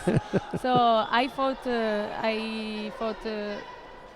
8 minutes of golden score for the bronze medal. Yes, for the bronze medal. But I know that it's a bronze medal, and it's better than a 5th place, of course. Absolutely, and it looks good on the record. Yeah. Another medal. Yeah. Yes. Yeah. All right. Well, we're going to let you get back to your teammates now. It's been really nice to be able to have you up here to say hello to you, congratulate you on your win, but also to give the people at home a chance to hear you, to speak for yourself, and for them to get to hear, what you sound like. And we wish you all the best in the future. We hope very much to see you on the tatami again soon. So Veronica Toniola, the gold medal winner in the under 52 kilo category. Congratulations, and thank you very much for joining us here on Judo TV. Thank you. Right, we're going to get our colleague back in here. It is Anthony Corelli. He'll join us again, and he will take over with the commentary. What have we got up here now? Ahmed Magomadov of Russia is about to take to the mat against Irakli Demitrashvili of Georgia. Here is Anthony Corelli again.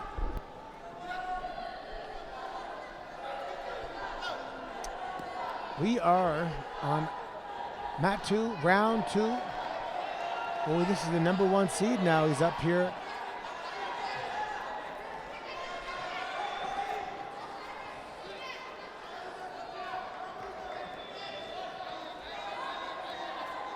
Sorry, this is the number 4 seed, Ahmed Magomedov of Russia, and he's facing Demitrashvili of Georgia. 3 minutes, 30 seconds remaining. This is round 2. Now, winner of this goes on to the quarterfinals, so this is major implications here. On the 92, we have the next 7th round contest, men over 90 kilo.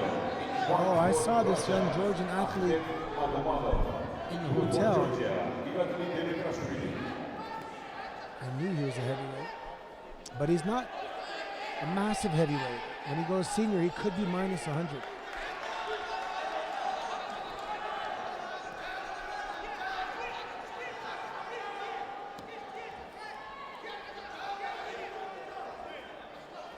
2 minutes, 55 seconds remaining now. No score on the board. Trying to feel each other out a little bit here. Dematrashvili had the grip advantage, and because of that, Magomedov is getting a shooter.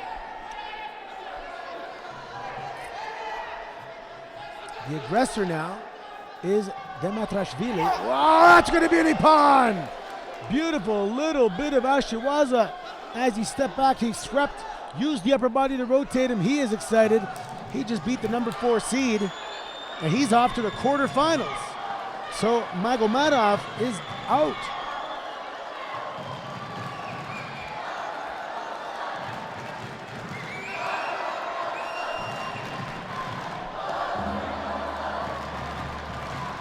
Wow, what a turn of events there. Now the next contest features 2 athletes that threw their opponent quickly for a ippon. So I expect some fireworks here.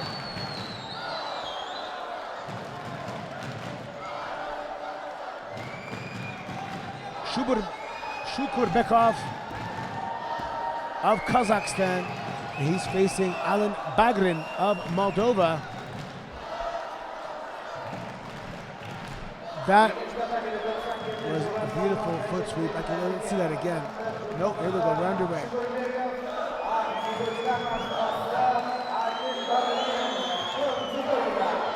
Shukurbekov is in the white judo gi. These guys want to throw. Someone's going to go. That's going to be an ippon now for Alain Bagrin. That's 2 back-to-back ippons in quick succession. So the next contest, the quarterfinal, that's going to be an explosive contest with Bagrin versus Dematrashvili.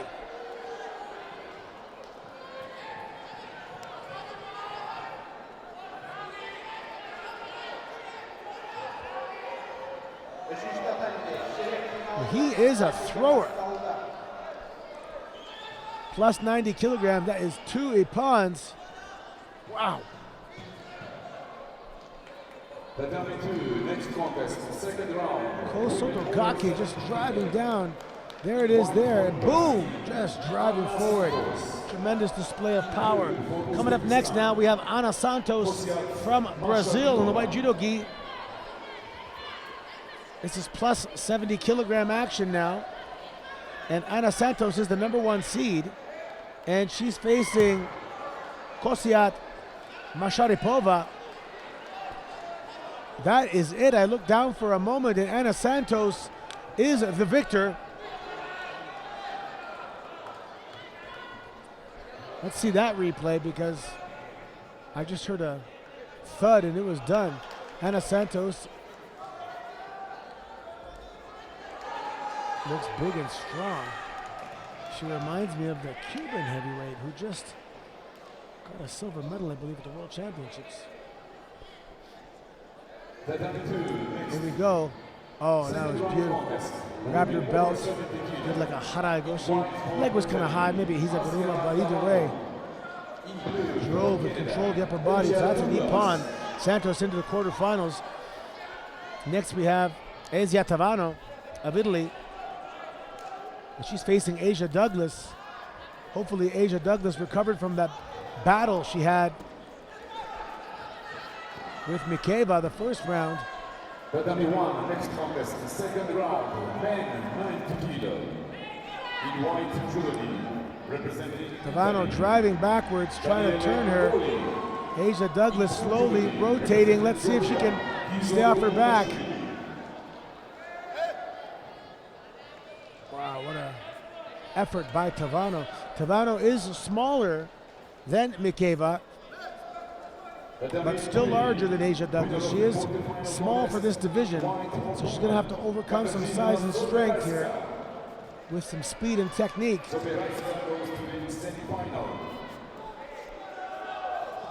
Oleg from Germany will be in the ring.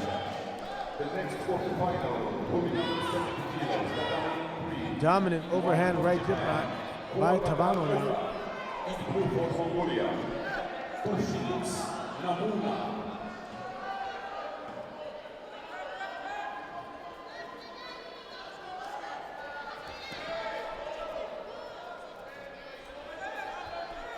Asia Douglas, nice attack. She's driving through. She's unable to roll Tavano. Sometimes when athletes drive backwards, they expose their own back, and Asia Douglas is tapping. Oh, she's unconscious. Damn.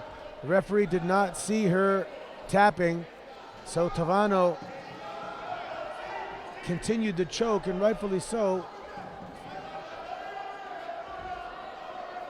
Okay, she's awake.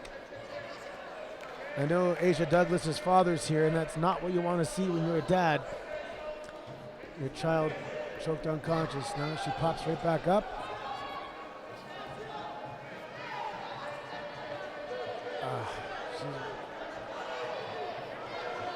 They shouldn't let her walk off like that. She doesn't know exactly where she is yet.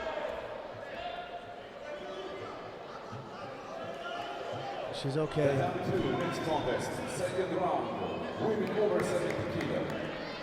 That is the end of the day for Douglas. Valiant effort. Tavano moves on. And she'll face Santos. Tough task up ahead for her. Here we have Hilal Ozturk of Turkey in the white. She is big and strong looking, and she's facing Carmen Dijkstra of Netherlands. In her last contest, Dijkstra looked well matched with regards to size, but Hilal Ozturk is a true heavyweight.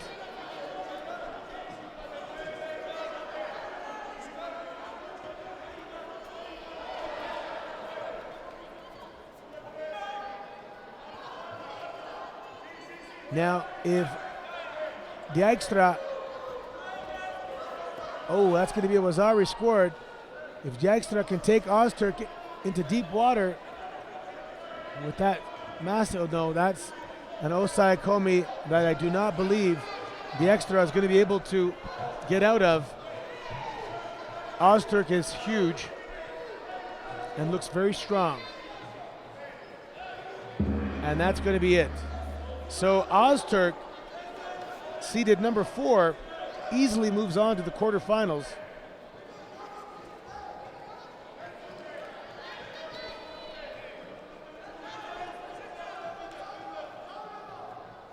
In 1 minute and 12 seconds. So she preserved some energy. Round 2 competition now.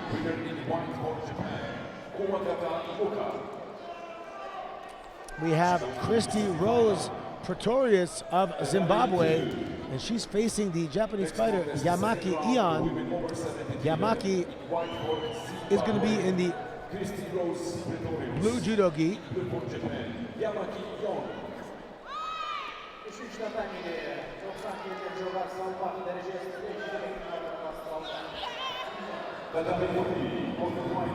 Wazari called there. Yamaki looking for the Osai Komi. Oh, she's going to get that foot out there in a moment. And she does, but Pretorius, oh, now she has the choke on here. And that's Ippon. So Yamaki making quick work of Pretorius. Yeah, I think it was the right tactic there from Yamaki to try and swamp Pretorius, because what you didn't want is for the Zimbabwean girl to settle as she has done previously in her contest. Unless you finish her off early, you know, you're going to have some trouble. And the last time that Pretorius fought a Japanese was the former world champion Umeki Mami, who had a bit of a, you know, she was there in the 3 minutes in the contest. So you don't want to be hanging around with a fighter like Pretorius. You know, she's gonna settle and give you some problems. So the right thing for the Japanese there was to just get it done. Yeah, steamroller, get her out of the way. Also with the altitude here, I'm seeing some of the heavyweight athletes having a hard time breathing, so conserve your energy, move on. But Yamaki is going to have Ozturk next, and that is going to be interesting because Ozturk was super impressive. Actually, the top half here, Pool A and B, the quarterfinals, all 4 women look incredibly strong. Now we have minus 70 kilogram action. We have the number 1 seed up now, Van Heemst, who was pretty quick her first contest. Let's see what she can do here against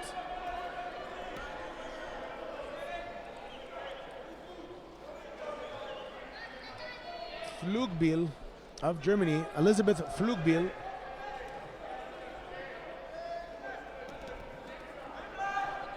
Yeah, when the E comes before the I in Germany, it's always I.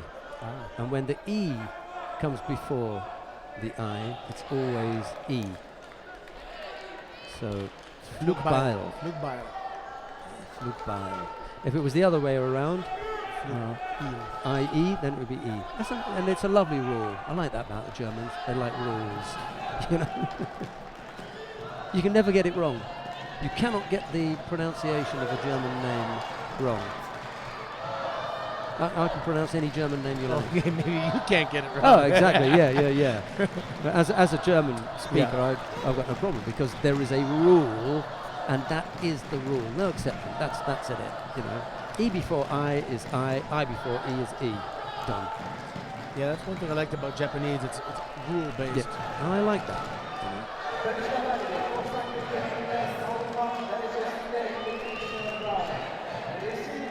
Van Heemst was looking for some shimiwaza there, but she stands up. Here we go. Flugbeil moving forward. 2 minutes, 1 second remaining. Quarterfinal action.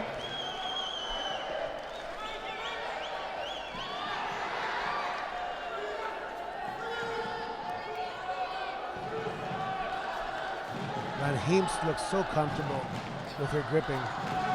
So looked like she was either going to do an Ouchigari or Uchimata. She had the option of switching directions.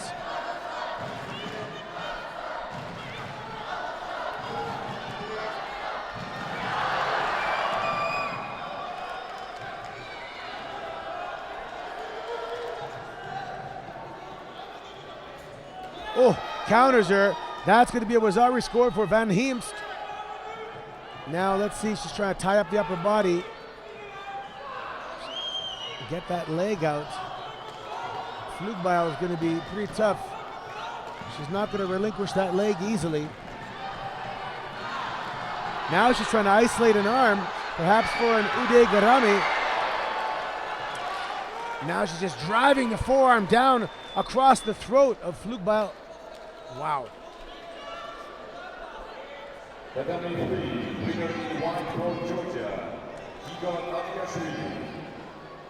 Ooh.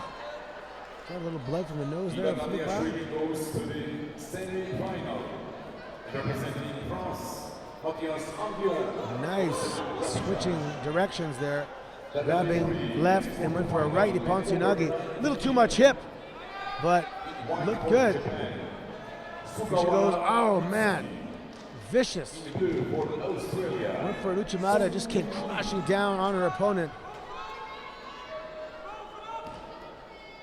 Now she's trying to isolate an arm, go for a Jujigatami. Let's see, she's belly down. Let's see if she can. No, referee calls Mate. Flugbeil knows she has to push the pace now. 12 seconds left. She's coming forward. She has no choice. She almost gets countered by Van Heemst. And another almost. Look at this. Tomonagi floats over into a little bit of Newaza. Wow. It was a nice exchange there because during the attempted Tomoe-nage, you saw Flugbeil, who was perfectly aware of what was happening, just put the right hand down, almost Arab Spring, out of that, and try to move into the Osaikomi, to at least try and come up with some kind of attack on the ground, whilst at the same time Van Heep's looking to put the arm lock on, you know, so like you were saying, as we move up the weight categories, you're getting to see just that little bit more sharpness in some of the judo here. Awareness, absolutely. Well, excellent. Van Heemst is in the semifinals already. And that was her toughest contest. Now we have Luana Carvalho, who was the number 4 seed, and she is facing Constantina. Oh, sorry, she's not facing Constantina. She's facing Sonora of Spain. I think I know her dad. Sonora Rustant of Spain. Yeah, I know her father. Sonora, go. This is also quarterfinal action. Oh, Osai Kwame. Osai. Tsunoda. Oh, for Tsunoda, yeah. Against one of the big 5. And a number 4 seed. So Luana Carvalho is no longer trying to get out here. So Tsunoda Rustant from Spain moves on to the semifinals.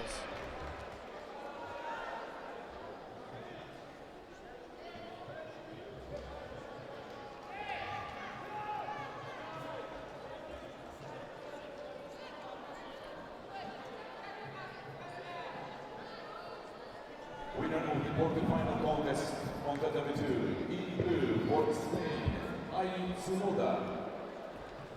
Tsunoda goes to the semifinal. Representing Brazil. We are cruising right along here. Now on mat number 2, we're going to go back to plus 90 kilogram action. In white for Russia, Nodar Onoprienko of Russia. This is the first time we're going to see him. Sorry, this is not the first time. He is in the quarterfinals here. And he's facing Mamedov.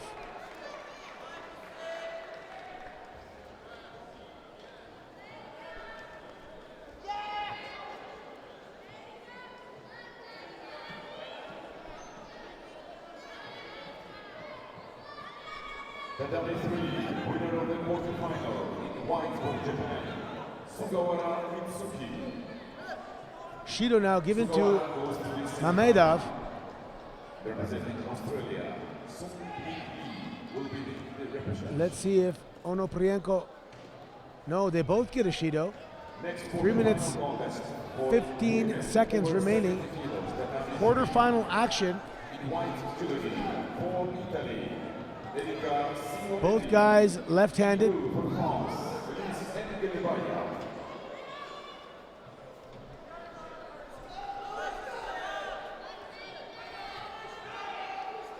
Beautiful stand-up posture here by Onoprienko.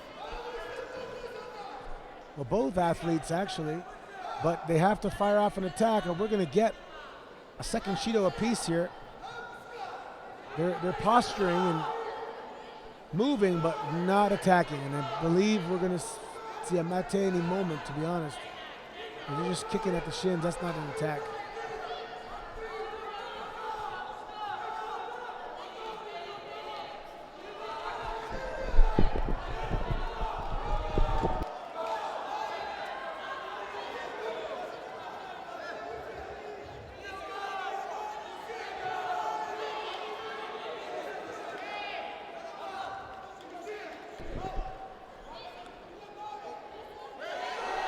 So Mamedov getting the Shido because Onoprienko was able to fire off an attack just before they would both get it. 2 minutes, 2 seconds remaining. So Mamedov has his back against the wall now. Let's see how Onoprienko reacts to that. Mamedov looking for some Newaza action.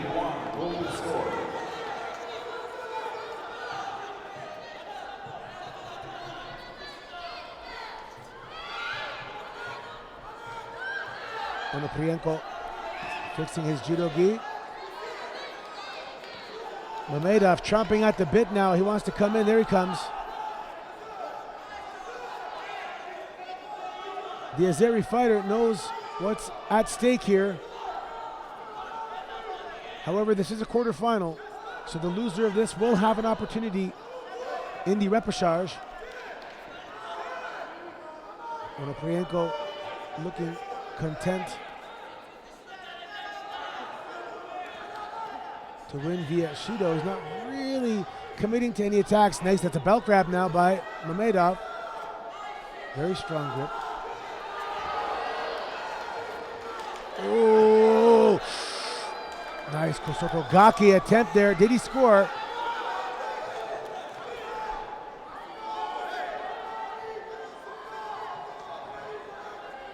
When you grab just above the belt and go for a big ogoshi, the gi can come out. That's a leak of power. When you have the belt, all your power will be applied. The belt is not going to, well, it could come undone, but in most cases it does not. Onoprienko now playing that perimeter game. Hussein Mamedov hunched over now, showing signs of fatigue. But so is Onoprienko. Let's see who's going to be able to, whoa, offside throw, he drives forward. No, Mamedov able to spin out and land on his stomach.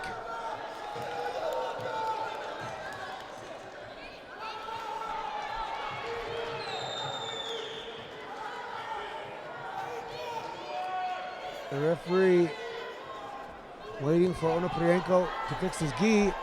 Is he going to call a third and final Judo towards Mamedov? We will find out shortly. There it is. Mamedov took a little lap there, disappointment lap. So Onoprienko moves on now to the semifinals.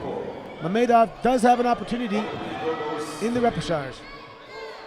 Semi-final, and Hussein Mamedov, Azerbaijan will be in the repechage.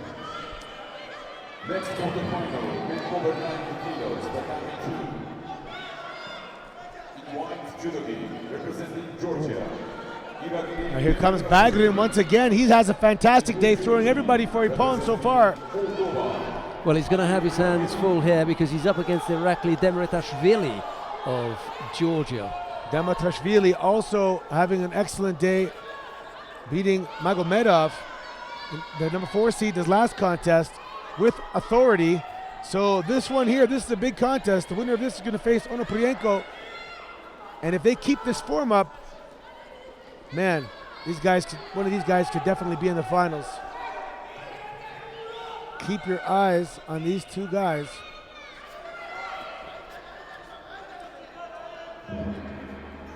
Both these guys could possibly fight minus 100 if that was available. They don't look to be massive heavyweights. Yeah, the key would be how they will prepare from here on in. Do you prepare Demirtashvili to be a small plus 100, or do you prepare him to be a powerful under 100 kilo fighter? I go with under 100 here. Yeah. Depending on what he's weighed in at, obviously. Oh! Yes. That's going to be a Wazari score by Demirtashvili. Wow, he nice is explosive. Makikomi. Really nice Makikomi there. Didn't wait, was in there as soon as the grip was available. Over he went. Now, let's see how Magnan responds to that. He is a thrower as well. 1-2 in a row via Ipan. The strength of Demirtashvili. Oh, it's a second Wazari, that's it. Demirtashvili moves on to the semifinals where he'll face the number 1 seed, Onoprienko. Wow, what a performance by Demirtashvili. And if it worked once, why not give it another try? So a second Makikomi. Stick with the winner. Yeah. Irakli Demirtashvili into the semi-final. There it is again, Sode Makikomi. Magnan, keep your eye on him in the repechage. Very capable. Now we're going to plus 70 kilogram action. Ana Santos blazing a trail thus far. She's facing Zia Tavano of Italy. And this is going to be an interesting contest. Both are real heavyweights. And both look at that grip. Dominant grip now. Santos unable to get the support leg where she needed it. But Tavano, applying some shimiwaza now. She choked out unconscious her last opponent in Asia Douglas. So she knows how to apply this shimiwaza.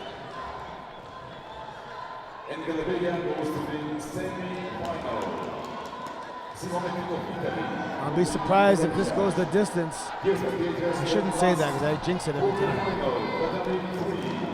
Santos looking for that Osoto and switching it. Now she's looking Uchimata, Ochi. So the change of direction was an Osoto to a Haragoshi, then an Ochi to a Uchimata. So she has the right idea on changing directions. Tavano now getting a Shido. Let's see how she can respond to the upper body strength of Ana Santos. Look at that overhand grip. And there she goes. Oh, that's going to be a strong Wazari now for Ana Santos. Immediately into Osai Komi. And she's leaning back hard. Tavano trying to find a way out. She's turned her hips. Upper body's still down. And that's going to be it. Ana Santos powers through Asia Tavano. The number 1 seed is in the semifinals.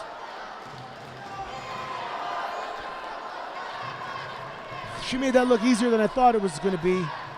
Tavano looked very strong. Tavano looks a hell of a lot like Idales Ortiz. Oh, Santos does, yeah. Santos. Yeah, I mentioned that earlier. She does. Even in the audience yesterday, they had a clip of her, and I thought it was Ortiz for a second. Making a comeback in the Cadets. Why is she there? Sorry, yeah, Santos. Oh, here's another one. Hilal Ozturk looked super. Now she's facing the Japanese. The top half of this division is super exciting. As you can hear, I'm getting excited. There's really good judo here. Let's see what Yamaki can do against Ozturk. Ozturk is humongous. Or just a genuine heavyweight. Genuine heavyweight. Yeah, I think that would be a better description. Okay, yeah, not humongous.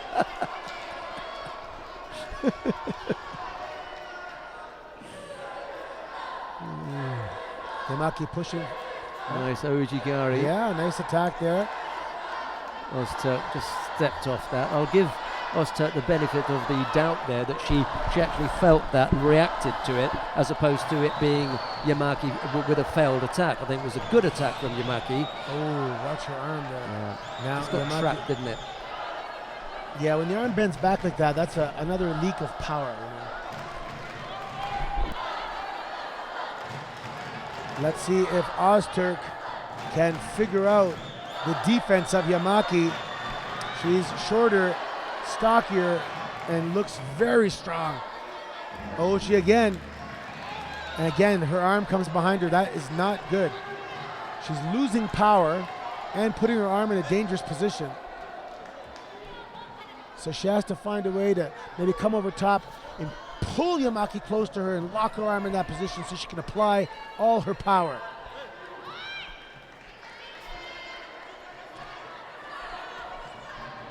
Ochi attempt. Oh!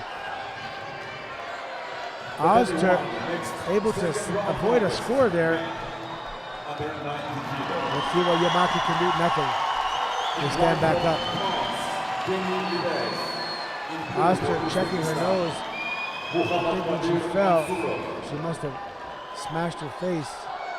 And she is bleeding. So she is going to step off and have that blood addressed. Winner of this contest will face Santos.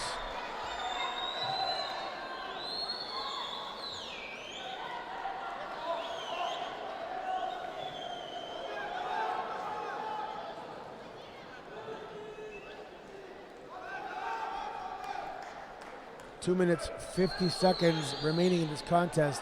Ozturk showing signs of fatigue already. Let's see if conditioning or altitude becomes a factor here.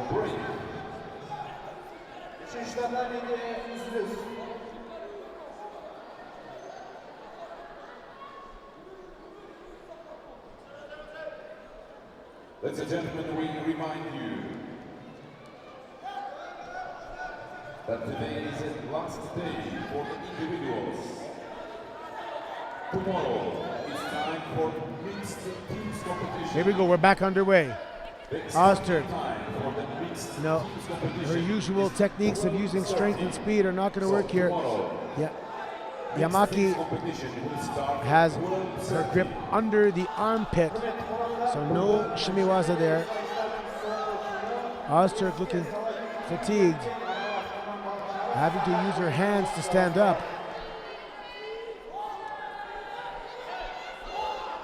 Whoa, the Ponsunagi attempt. And Ozturk getting that elbow down, preventing that score from Yamaki. But her attacks have significantly slowed down. Not a lot of explosiveness on them.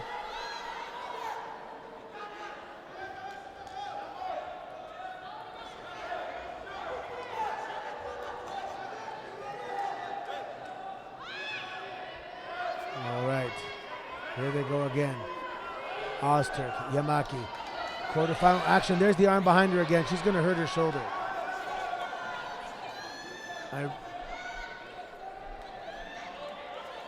Yamaki trying to turn her now.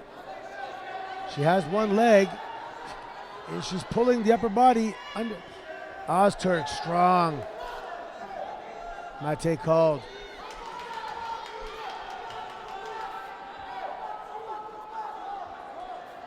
Ozturk getting that big gulp of breath. She's looking for that Sode Makikomi. Yamaki sees it coming.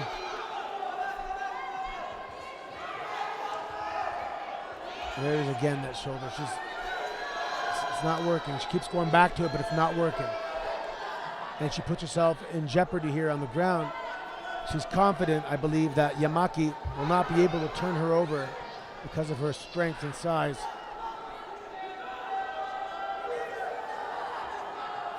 Again, Ozturk gasping, gulping air.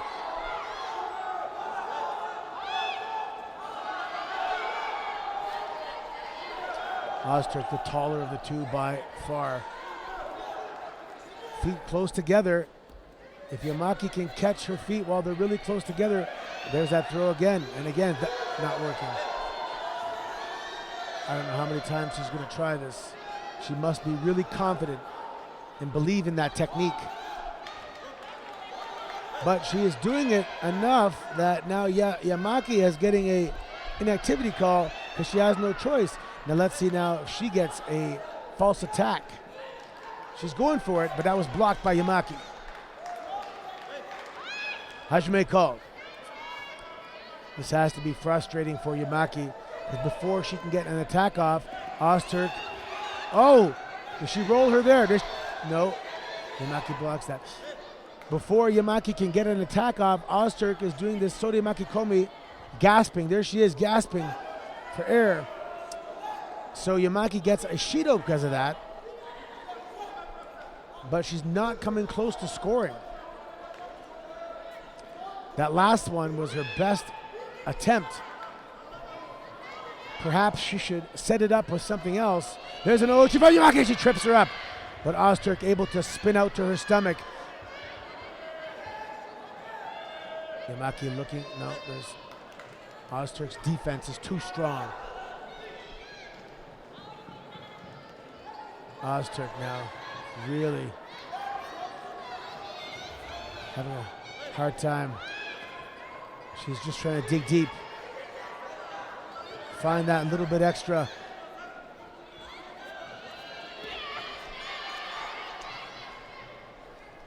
Not a very dangerous attack there by Yamaki.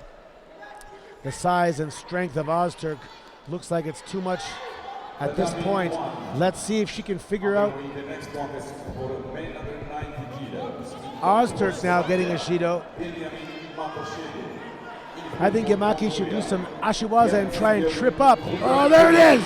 That's going to be a Wazari.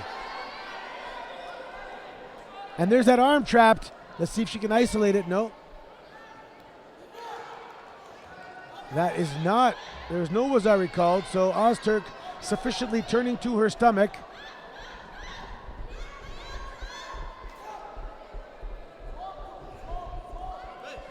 Hajime called. That was the closest to a score so far.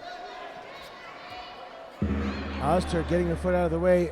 Regulation time is done. We're going into golden score here. And of course, the deeper we go into this contest, I think it's Yamaki's advantage. Ozturk with that size advantage. Also comes a disadvantage with regards to oxygen needs. There's an Ouchi attack. She's breaking her balance. Whoa. And there it is. Bash out to the pawn scored by Yamaki. Thunderous. She switched an Ouchi, then stepped across for an Osotogari. And bam! Ozturk is down. What a pawn.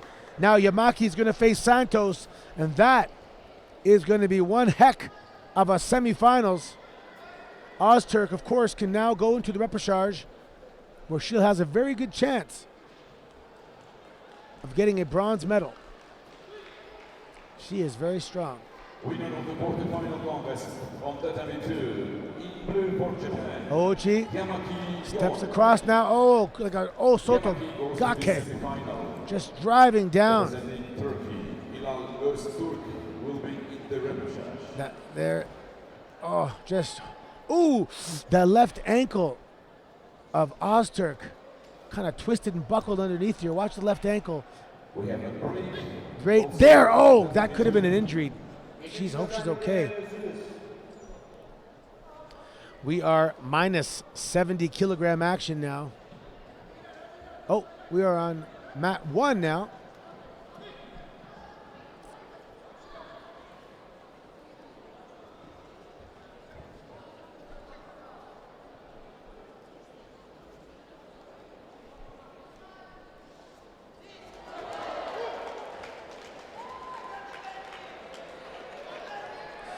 So we have Benjamin Mataseye of Slovakia, and he, oh, that's done. Mataseye is the winner over Bayard Sengal of Mongolia. So he moves on now to the quarterfinals.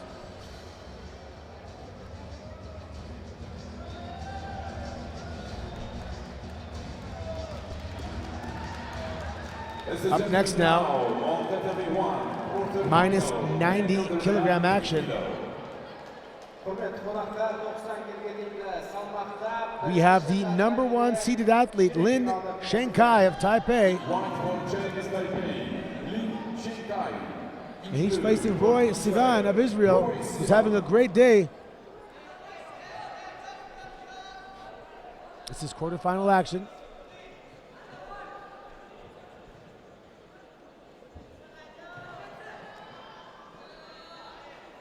Oh, she got it. That's going to be a score.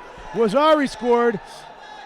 Lin was bridging. Now Lin gets up and looks like he's going to get it. Wow. Excellent Newaza exchange here. So Sivan on the board. 3 minutes, 23 seconds remaining with a Wazari.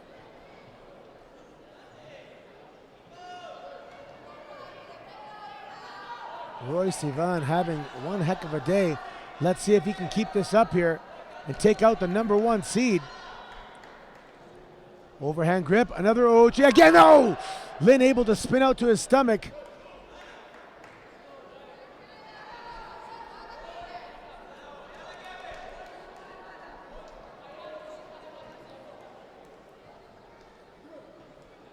Hajime called. There, he's going for it again. Under 3 minutes remaining. And he does drive forward and takes out the number 1 seed. Sivan now on to the semifinals. The Israeli athlete is ecstatic. I love that Americanism, to take out. It reminds me of the Pulp Fiction thing again. Take out? Yeah. Remember he says that Yeah, he asked take me to out. take out his wife. Take out? No, you know, like on a date. Marcellus Wallace asked you to take out his wife? That's actually one of my favorite movies. Excellent soundtrack. Right. Back to the action then. Yes, Anthony, Daniele go for it. Akoli, and he is facing Guzanov. Husseinov.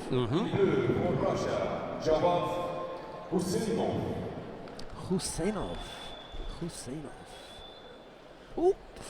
Tried to ambush him there with the Sode Tsurikomigoshi, not quite. Right off the bat. Yeah, the Italian was up to it. Kogli said, hey, you know, take your time.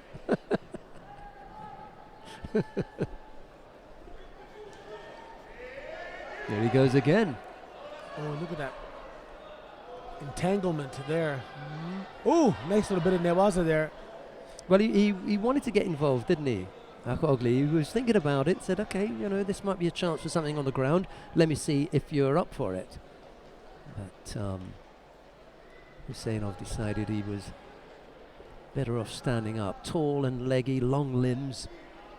Both these fighters are tall, actually. Husseinov just happens to be taller. Yeah, very tall for this division, minus 90. And being under 18, he'll only fill out. I could see him in minus 100 in the future, perhaps. He's had quite the day, taking out Abd El Rahim of Canada and Sabit of Kazakhstan. And he has a, oh, that's Akoli had a choke on there. I found that the Italian squad pretty sharp in Newaza. So whatever they're doing, it's working.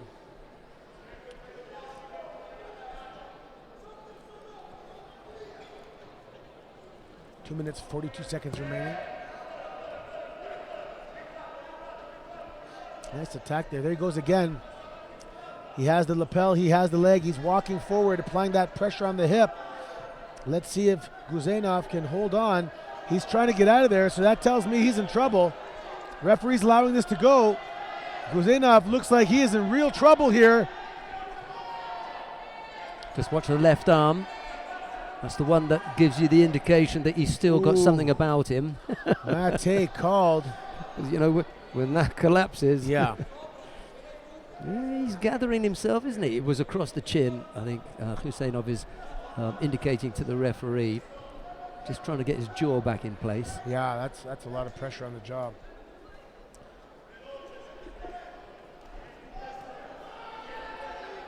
Akoli. Guzanov has him in the air. Can he finish? Akoli landing on one knee and still trying to fire off a technique like a really deep Tayatoshi. Just needed to drop his hips a little bit lower to get that lift. He's that much taller than his opponent. He just tried to lift him, you know, physically rather than position himself in a way that would have made that lift a little bit easier. Earlier he did a drop down Seonagi to a much shorter opponent, and I was surprised he chose that. Akoli getting a false attack penalty there. He has that lunging dynamic Tayatoshi that he goes for. But let's see if he can maybe set it up before he goes for it with something in another direction. Well, there's that drop down. Yeah, quite right. Left side. Ochi attempt. They stand back up and they step out of bounds, I believe.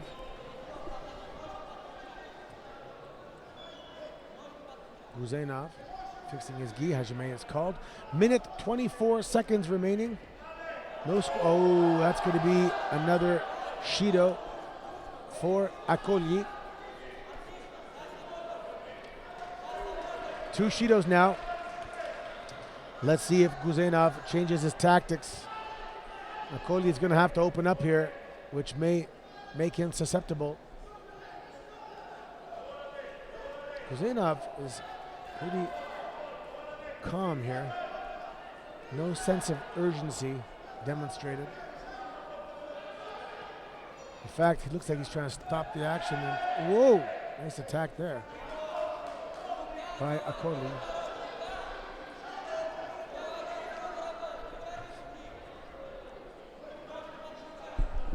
Here we go. Under a minute now.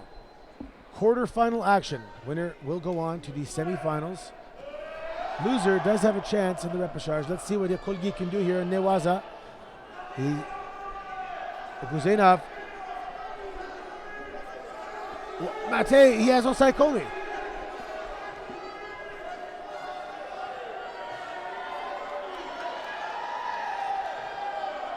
Guzenov realizing Osai Komi was called and popping out, so to speak. That's always the good way to do it. You know, you're the referee, you think it could be Osai Komi?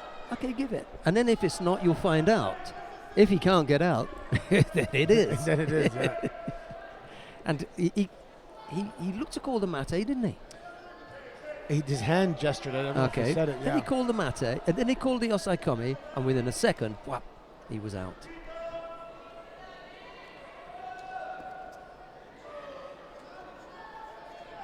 I didn't see the action where he was looking to call mate. I only looked up. So Akolyi had the choke, so to alleviate the pressure on the neck, Guzenov had to turn to his back and then had to get out of the hold down.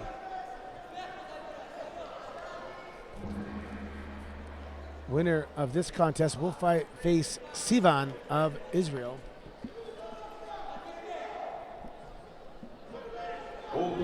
Again, this is a case here. The quarterfinals was Lin, Sivan, Akolyi, and Guzenov. Any one of those gentlemen can easily medal here.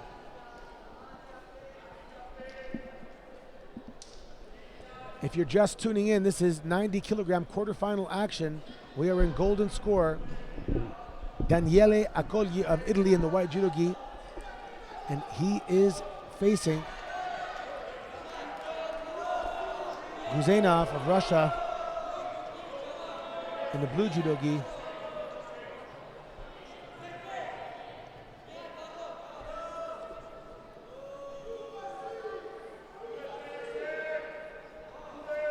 I think that's Javad. Yeah, it is. Yeah.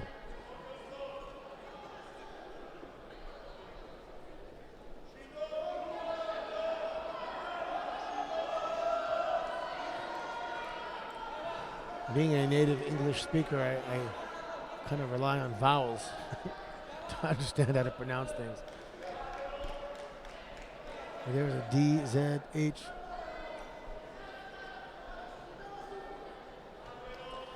"57 seconds now into golden score.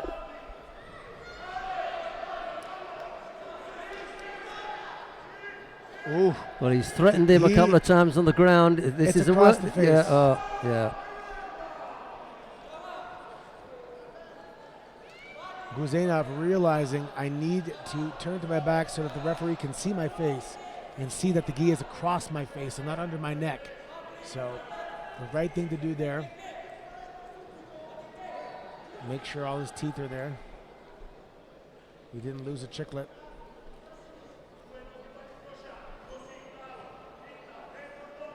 Akolyi now really opening up and doing better. I don't know if fatigue is setting in for Guzenov.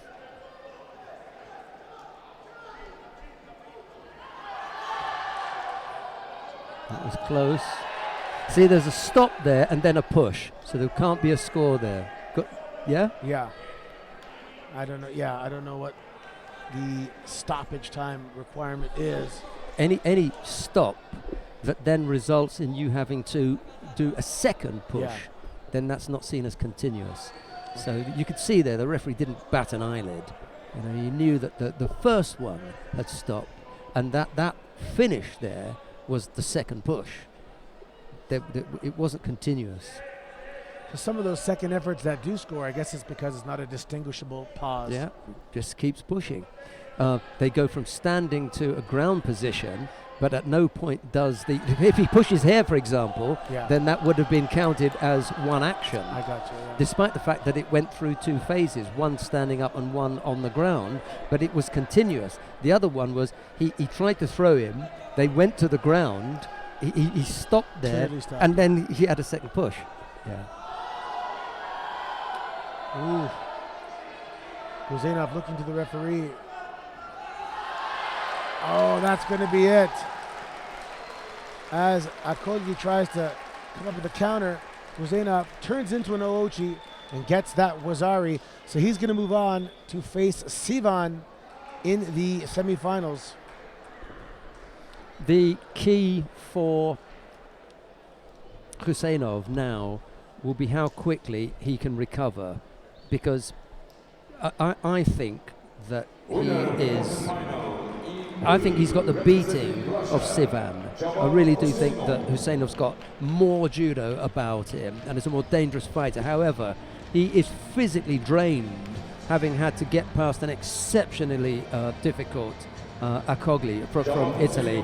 And can he recover in time to come back and give the kind of performance that he's going to need to get past Roy Sivan in the first of the semi-finals? Yeah, especially with this altitude, if that slows down your recovery. So we have Todaka coming up here, and he's facing Safrani Peter of Hungary, who's in the blue judo gi. Oh, look at the overhand grip there by Safrani. Immediately put him under pressure. Wow, look at this. Oh, wow. Tokara jumps out. Now he's putting some pressure on. I think we just bypassed our feeling out process here. Here we go. These guys are going to go for it.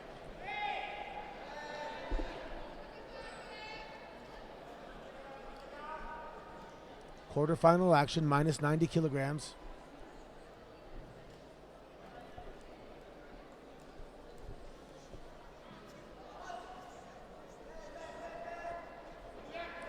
Look at that dominant gripping ability by Safrani Peter. You have to be careful of that.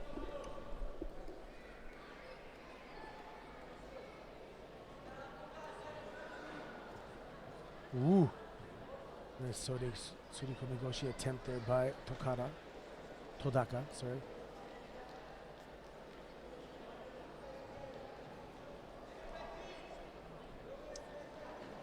Safrani using that reach advantage to get his grip first, and Todaka has to do a little extra work. Uranagi attempt! Ooh. And that's a Wazari score for Safrani. Paid off. As Todaka committed to that Uranagi, Safrani was able to turn into him and land on top. I didn't see the footwork, but potentially an Oochi. So Todaka has to open up here. Woof.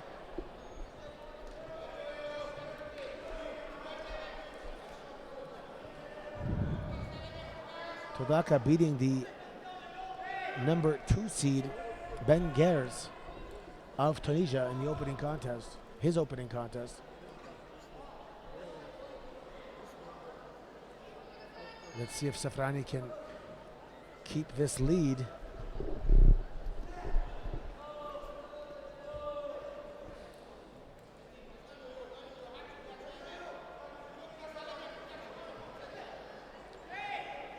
He's gasping a little bit for air.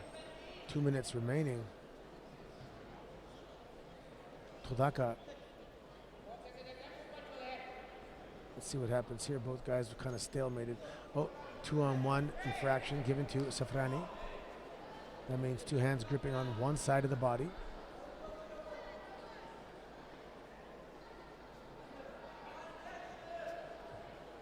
Look at that. Todaka's arms are straight and Safrani is still able to reach halfway down his back. That is a reach advantage.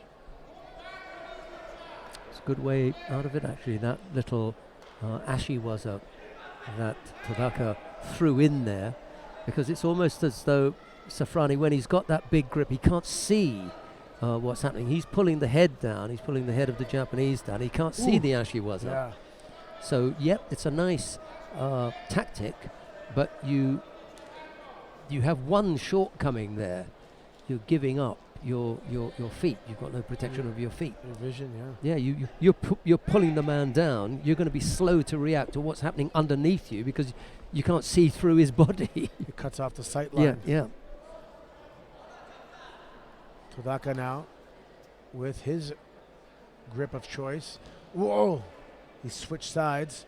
Gripping left, went for a right Suriko Migoshi.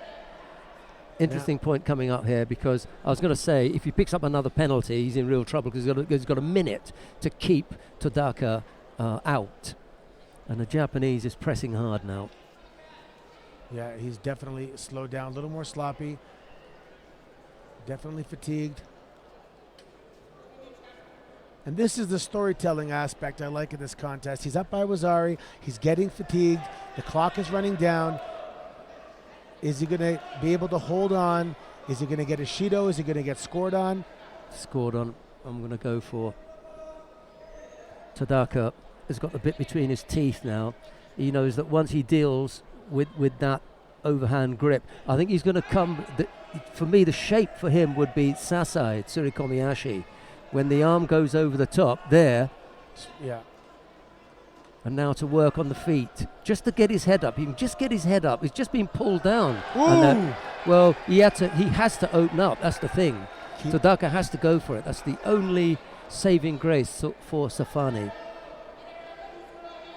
Safani unable to keep Todaka down on the ground and eat up some time. But still dangerous, even though look at his body language. Whoa! That's going to be matching Wazari on the board. And an Osai Komi. And at this level of fatigue, he is not going to get out. Can squeeze it on now. Yeah. 2 seconds on the clock. Todaka with a comeback victory over a very game Safrani, who perhaps suffered from some altitude. When I'll tell you what he suffered from. When we began the contest, I said, be careful with that overhand grip. The overhand grip not only brought him the score and put the pressure on Todaka, it brought him the position from which Todaka eventually came up with the score. This was what he was using to close Todaka down, and eventually Todaka worked it out, and it was from that overhand grip position that he got himself exposed and Todaka came up with the score, because he pressured him there and he came on the outside and scored. You win some, you lose some. He was able to adapt. He paid for it in the end. The very thing that brought him the score in the beginning was his downfall in the end. Kenny Levice of France faces Benjamin Matassier of Slovakia. It's Levice in the white judogi, Matassier in blue. Matassier looking very strong as well today thus far. Levice of France, also very explosive and dynamic. This is a big contest here. Winner's going to face Todaka. We have a very strong, whoever wins this is very strong. We have a very strong semifinals, both sides of the pool, for minus 90 kilograms.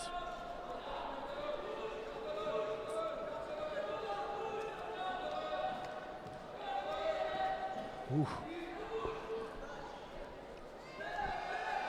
Oh, that's going to score. I thought that was going to score. Yeah, Leviza was the top seed in his Pool D. Todaka took over the top seed position when he defeated Ben Garis.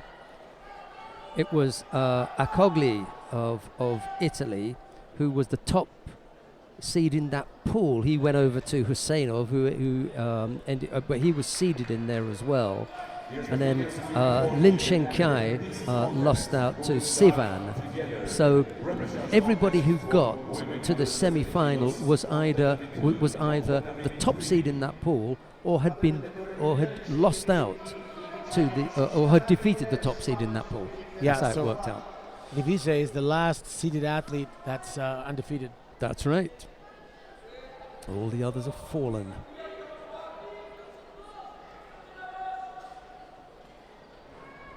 So did he get no Rosari for that? Whoa! Whoa! Loop the choke under. That's definitely across. That's across the eyes. The referee has to see that. Not even on the teeth. That was across the eyes, bridging the nose.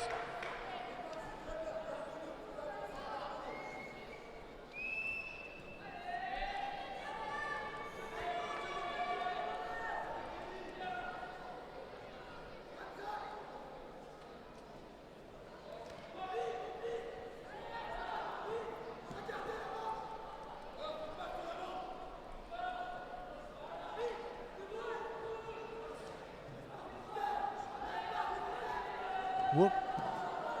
Yvonne went for an ochi, missed, and almost put himself in jeopardy there. It's kind of a... No, he rolls out, so that means that was on the throat, the way he responded to that. I think he went for like a...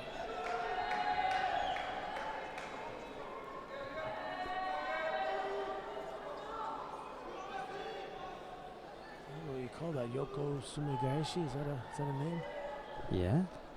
Or if we're unable to identify it clearly, you can give like a generic name. Sutemiwaza. Or even closer, Yoko Sutemiwaza. Okay. So that saves you from having to classify it. Oh! That's gone. Yep. He landed in the bridge. Well, even then, for me, it's going to be an ippon.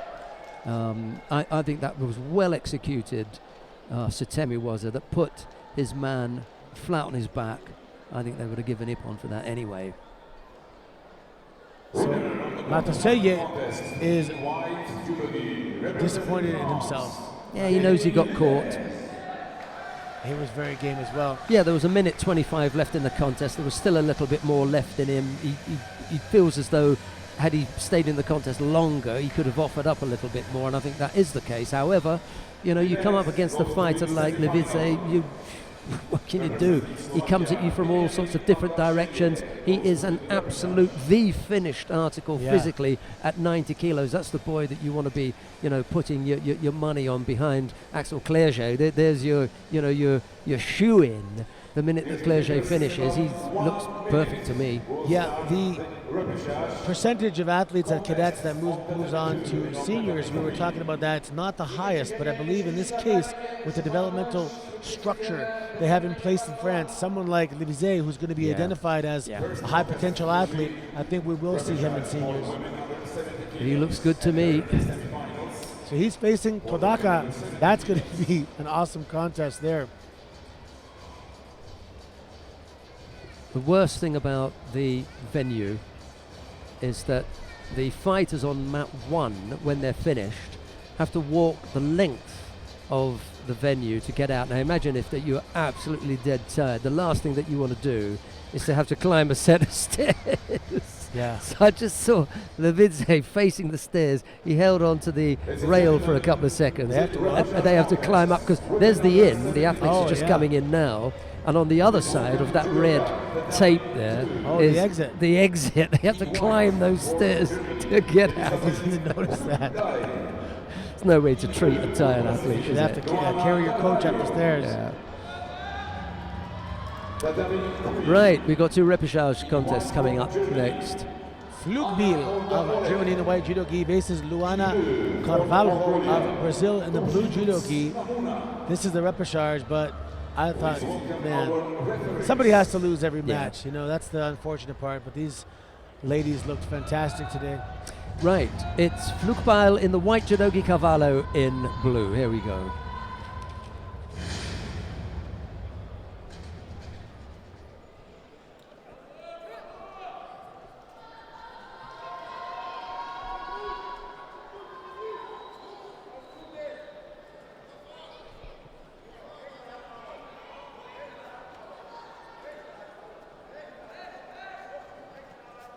Look at the physique on Carvalho, tall, thin, athletic. Yeah. These are 2 really excellent physiques for that weight category. Yeah, Flugbeil as well. Yeah. She's nothing there. Flugbeil able to shut the door, so to speak.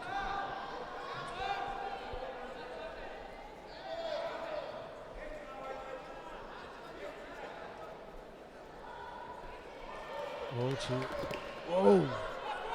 Lightning quick drop down attempt there by Carvalho. Now she got the leg in. She has secured the triangle, the sankaku. Let's see if she can turn it to her back. And she almost. Not quite, yeah. Still a bit of a way to go. I think she should switch directions and go the other side. Let's see if she's able to do that. She's looking. Look, now she's reaching under this way. Look at this. Interesting. Yeah.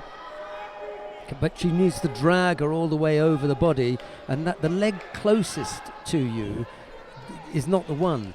It's the one furthest away. That's the hardest to reach. Yeah. But once you start lifting that, that's the one that you want to work on. Unfortunately, she couldn't get to it. Yeah, that's the lever. But then I think she was just trying to squeeze, try and get a submission. Nice grip there by Flugbal. Mate called.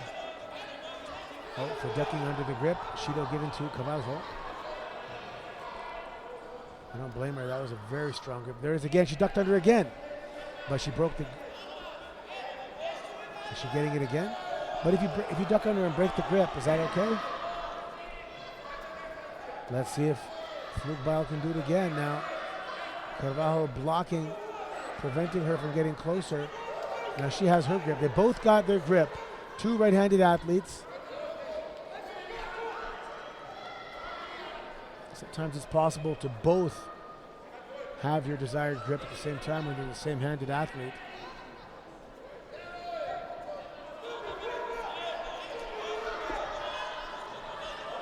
The breaking of grips and the ducking underneath and breaking of grips, if only followed by an attacking action. Okay. That's the thing. You'd have to follow that up immediately. You couldn't do that and then, defend. But if you duck under and break the grip, is that okay? It only if that is followed by an attack. By an attack, okay. Ducking under is punishable by Shido. Not, however, if that forms part of an attack. Yeah. So it's a tricky one, yeah.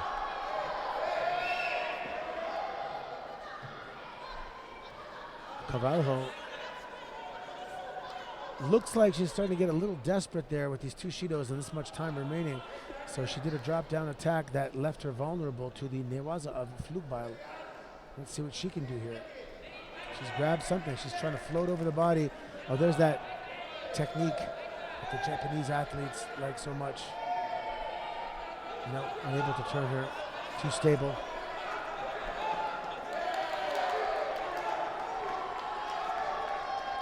Minute 7 seconds remaining in this repechage contest. Winner will fight for a bronze medal. Ooh. Drop down attack. She did break the balance a few times.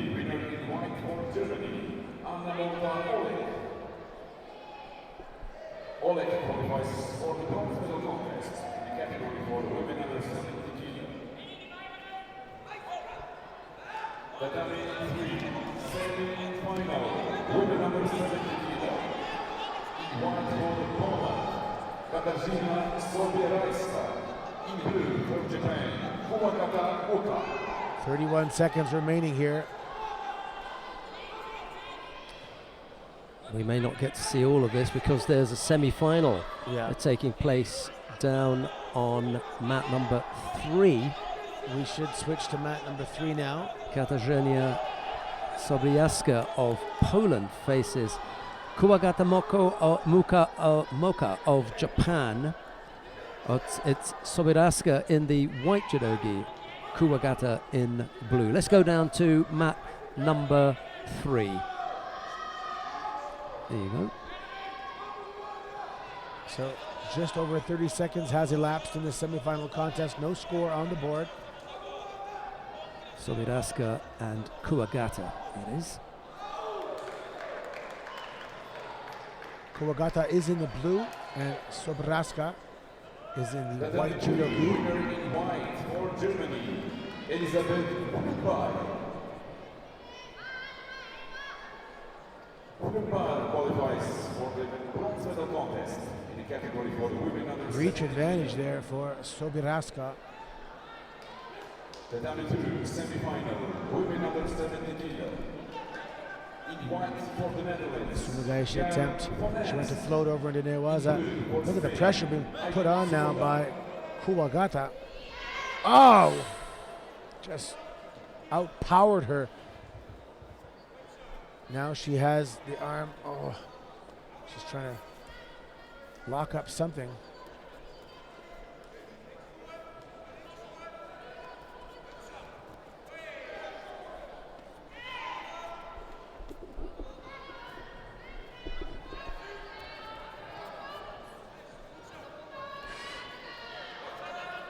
That didn't work, but I think she should revisit that. It was just a standing Ippon-Tsunagi. The height of Sobiraska, I think Kuwagata doesn't even have to do a drop down. She can catch that hip in the right spot and rotate her. Let's see if she has another opportunity to fire this off here. I think she believes in it. There she goes.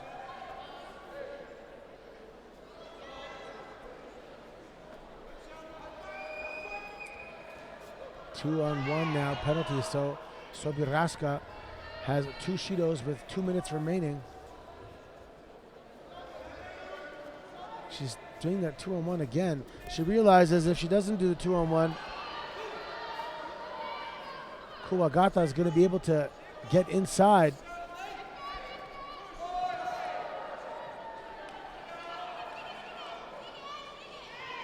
Let's see now if she can solve this puzzle that is Kuwagata. Oh, almost tripped her up there. Again, went for that big overhand grip, but it actually exposed her to some danger. Kuwagata there with that newaza we're talking about, where she gets the arm and head and turns her over. Now she's going to get the leg out. Like Neil Adams said, 99% of the time they get it out. And Sobiraska is fighting with all her might to get out, but she is locked up pretty hard. Now I wanted to see where her left hand is holding on to. It's holding on to her other hand, or is it holding on to the lapel? Oh, she's almost out. Keep going. That's it. That's an Ippon score for Kuwagata in the semifinal contest. She's off to the finals. Doesn't matter what weight it is, they're able to come up with that same Osai Komi, yeah? Yeah.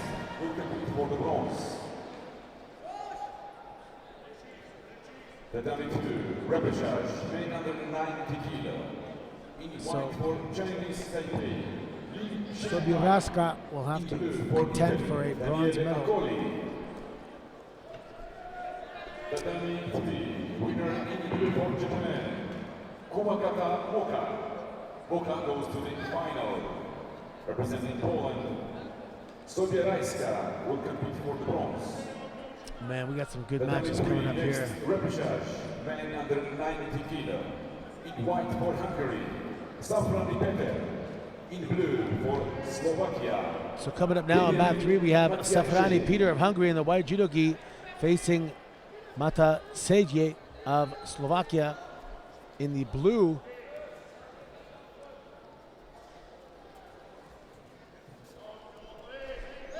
Both guys fought not too long ago. But following that, we have a big semifinal contest, Todaka versus Levize.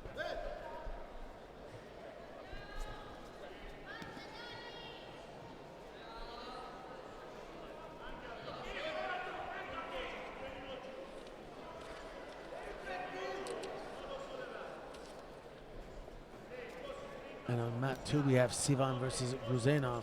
It's another big semifinal contest at minus 90 kilos.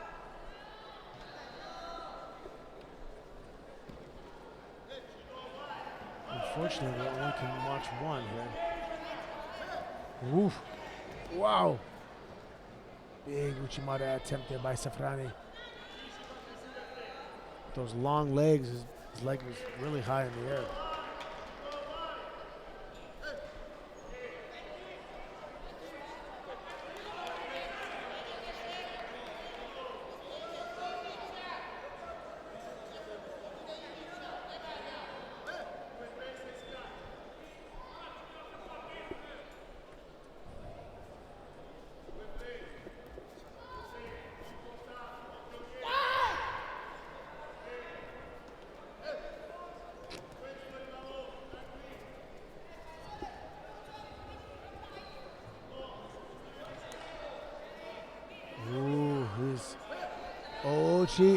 And he outpowers him. Mate was called. It was in one continuous motion.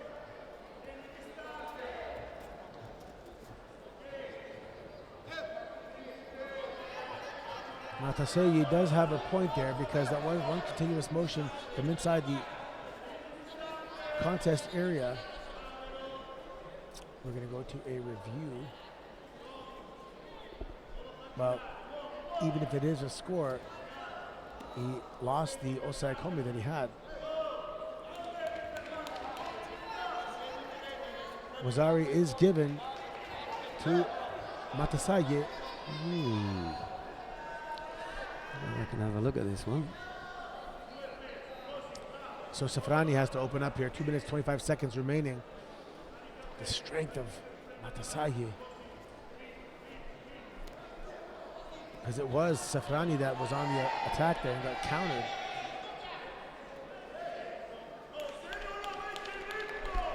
Safrani did get tired his last contest, so I don't know if he's recovered fully. Because at 2 minutes remaining, he's starting to look fatigued again.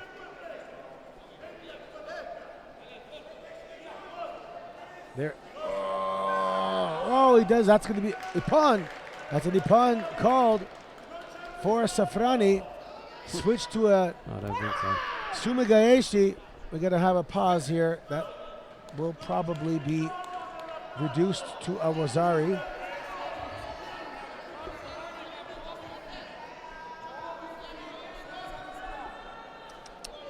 So the instincts of Matasage were correct. He switched directions, looked like an Uchimata. It is a Wazari. Yeah. So we're all tied up now. 1 minute, 56 seconds remaining in this 90 kilogram repechage contest.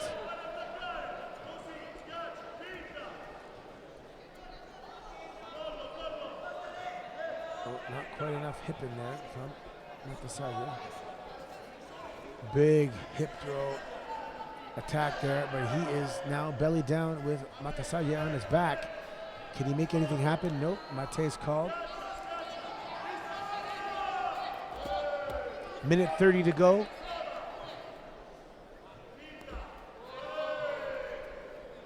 The body language of Safrani, his head's going side to side and just really looking fatigued. Still able to come up with some significant attacks. Well, wasn't it Safrani who had that battle in the quarterfinal with the Japanese? Kodaka, yeah. Yeah, that was a ding-dong battle. He only just lost out there. That must have taken something out of him. And that wasn't that long ago. That's right. You don't get long to recover. That's the thing here. The W2 winner of the repechage contest, in blue for Italy, Daniele Accoli. Accoli qualifies for the bronze medal contest. Wow. On that too, we had The W2 the number 4 seed take out the number 1 seed for a chance at a bronze medal. white judo, 40 seconds remaining on this mat. Mat number 3. Oh, we have another semifinal on mat 2. This is the hard part where you gotta choose. Actually, this is a repechage contest. Let's check out mat number 2 now and check out this semifinal if we can, please. Mat number 2, if we can. There we go. Wazari now given to Guzena. He joined it just in time. Yeah. Let's see what Sivan, how he responds. Sivan's got to be clever here. If Lot of time. Exactly. The time's the important thing here. If he tries to rush this, he's going to end up getting caught. And he tried to ambush Husseinov at the beginning of the contest here, and he's ended up going to Wazari down. Husseinov's just come off a really, really tough quarter-final. You want to keep Husseinov out there for as long as you can. Don't expose yourself too early. The size advantage of Husseinov. It's not a weight advantage, it's a size advantage. Yeah. Big overhand left grip now. Oh, he was in. He was committed. Oh, gee, this is the one. He's one. Man, these guys are locked up. It's Ochigati back and forth, stepping over. Look at this. Wow, what? That's a choke. Yes. Oh, got to be careful here. And that's Osai Komi. Komi. That is. Katagatami. Yes, that is on tight. That looks like it's in the neck too. This may be Not getting out now. He's not getting out. So Guzenov off to the finals. A dominant performance over Roy Sivan of Israel, who will have to accept a bronze medal contest coming up.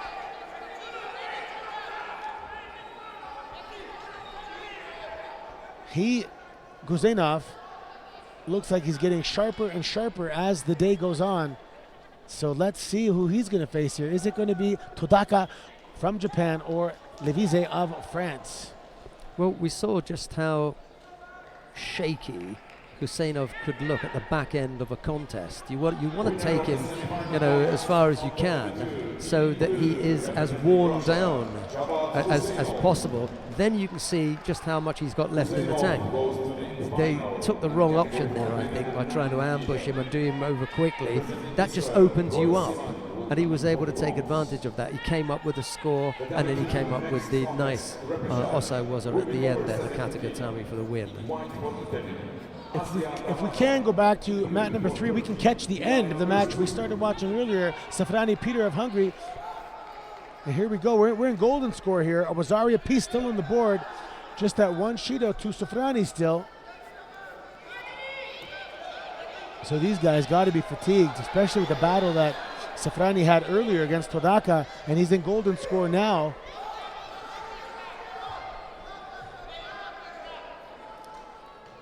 Nice to come back and be able to see the conclusion.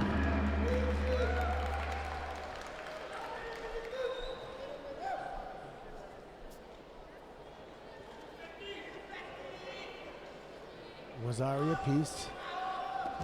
Oh! He has the wrong arm. Mate called. Minute 28 seconds now into golden score on mat number 3.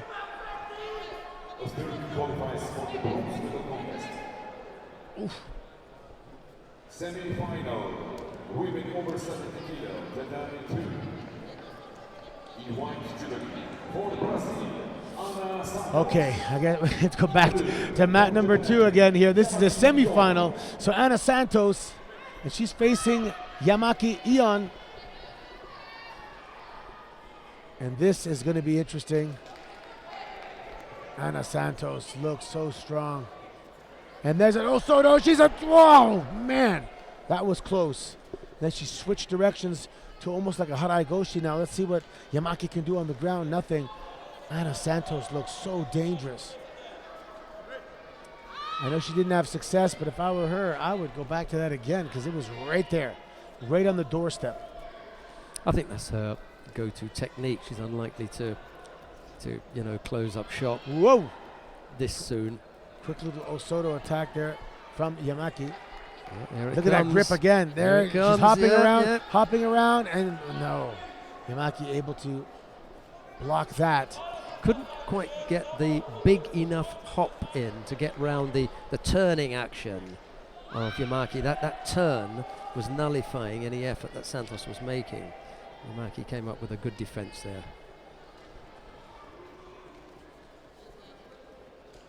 Good posture. Both athletes have really good stand-up posture. Oh, Yamaki is going for that Osoto. Now switches directions and they're hooked in. Someone's going to go. Nah, they turn out and land on their stomach. That, to me, is entertaining judo.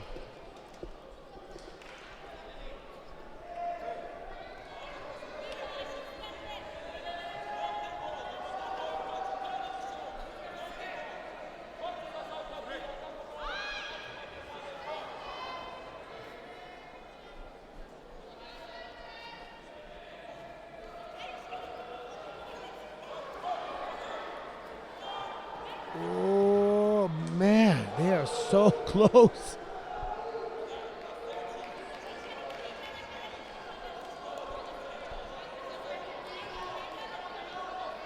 Shido now given to Yamaki.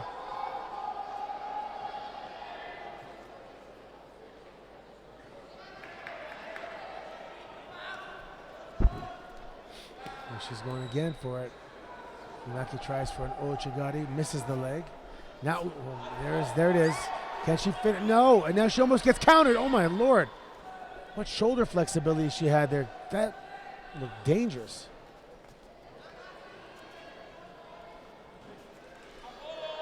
but anything to not get thrown.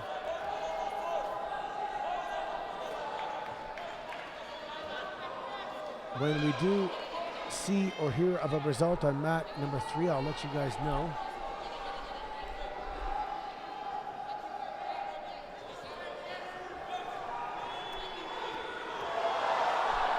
Oh, she's come up with the score. And now the Osai Komi that we've seen before, Ana Santos now, or Brazil with the Osai Komi. 10 seconds is all she needs to hold for.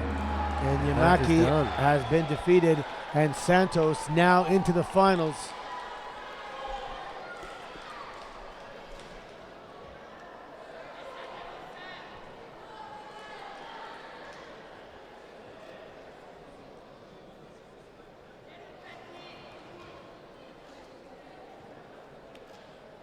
Tatami 2, winner of the semi-final, in white for Brazil, Ana Santos. Santos goes to the final.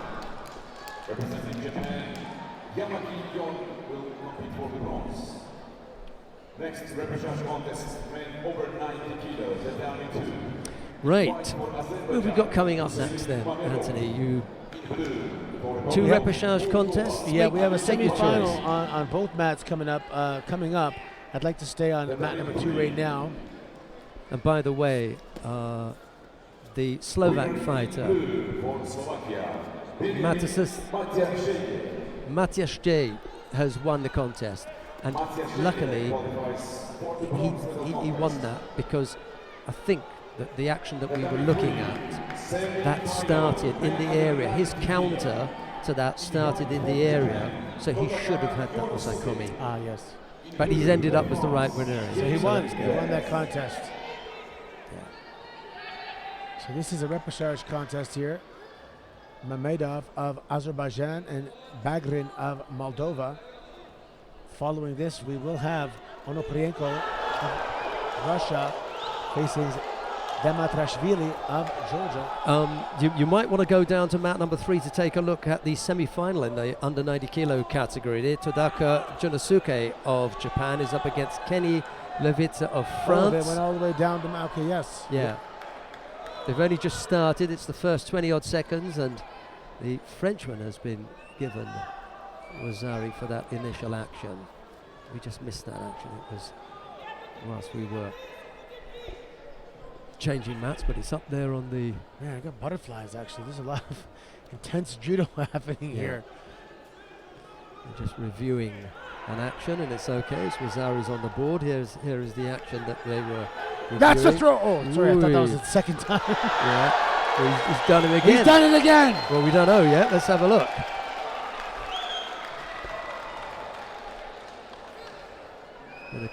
There's been a clash of heads there, and there's some blood, but now they're going to review that.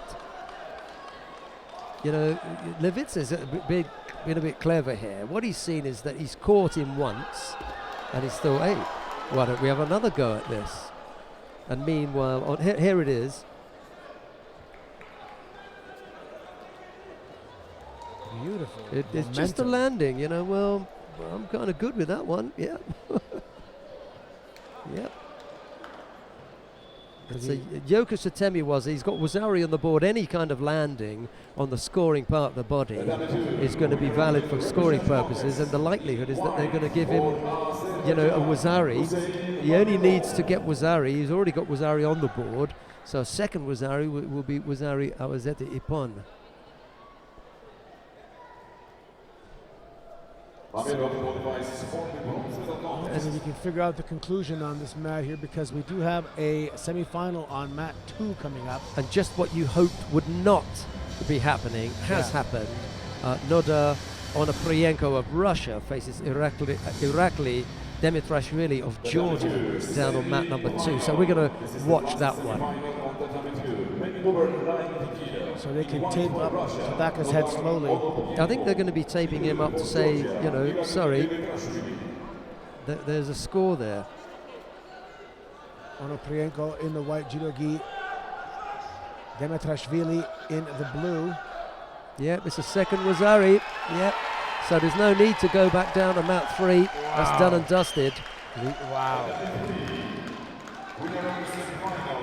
So Devise is going to face Kuzenov in the finals of -90.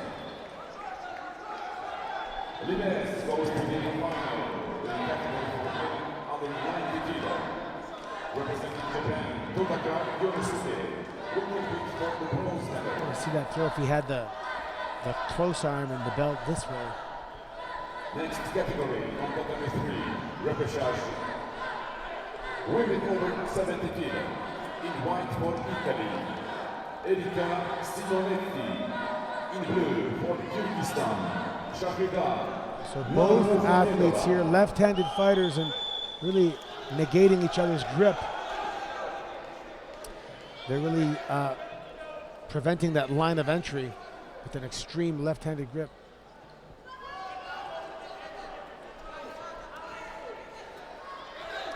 Whoa, why'd he roll? He does not roll him over. Onoprienko had to reach across with his other hand to prevent the roll.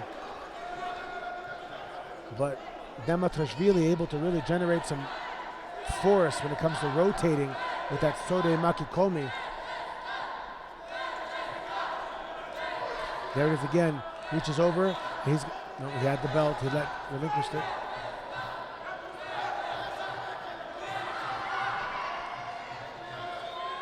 Very explosive is Dematrashvili.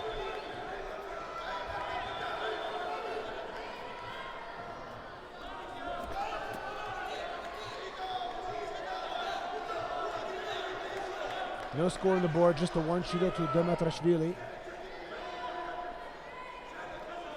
Ooh, he's bending over already.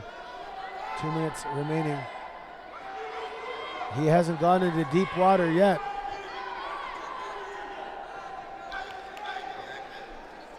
And when I say deep water, I mean late into a match.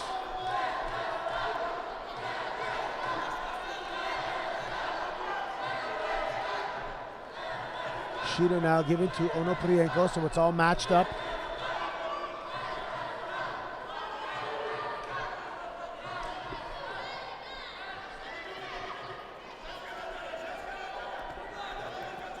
He's grabbed the belt and he lost contact with the arm there for bringing that across the body and executing that makikomi that's in his mind. Couldn't quite bring it off.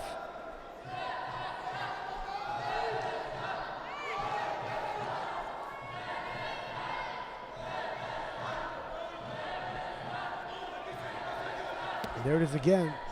Lazy looking effort there though, and with plenty of time left on the clock, that doesn't bode well for Demitrashvili. Onoprienko looks as though he's still got some left in the tank. He's picked up a second penalty, but see, look, it's getting worse and worse, isn't it? Yeah, he's getting more fatigued. Now, the question comes, what does the referee value more? Attacks, significant attacks.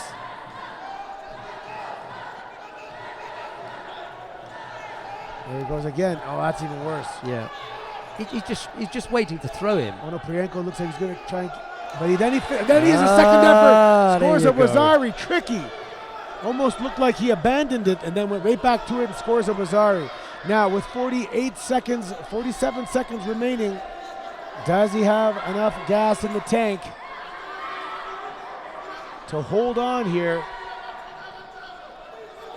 Onoprienko has to really open up here. Look at the posture of Dematrashvili. He's going for it again. And oh my Lord.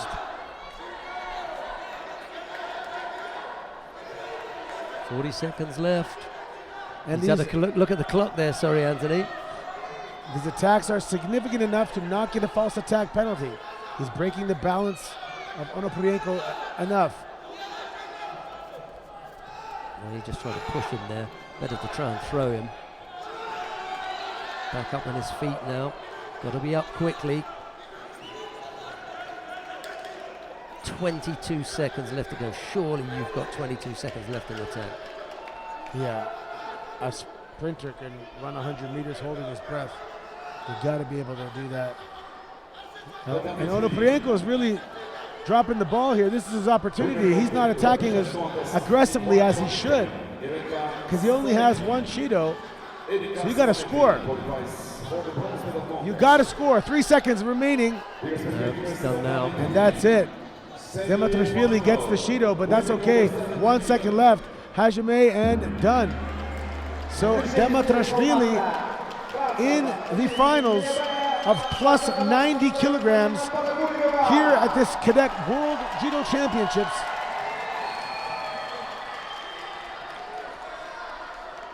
Russian coach asking Onoprienko, why on earth didn't you attack? And Onoprienko looking at him and saying, you try and come out here and attack. This guy's strong. It's all right for you. You haven't had to go 4 minutes with the Georgian at the end of your arms. So the only mat right now with action is mat 3, where we have a local Kazakh fighter, Peragulgova of Kazakhstan, facing Ningalembeya of France.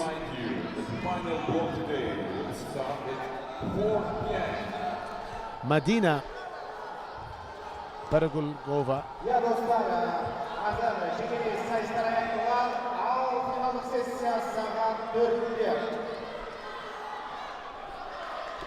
Right, I'll just bring that up so you can catch up on what's been going on in the plus 78 kilo category.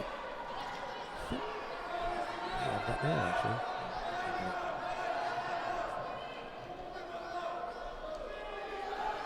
If you could have a look at mat 3 here, please. That's the last mat with action. Mat 3, if you can, please. There we go. And there you go. Plus 70 kilo category semi-finals. No scorers yet. And Gilabea has picked up a single Shido. And we've got 2:20 odd left to go.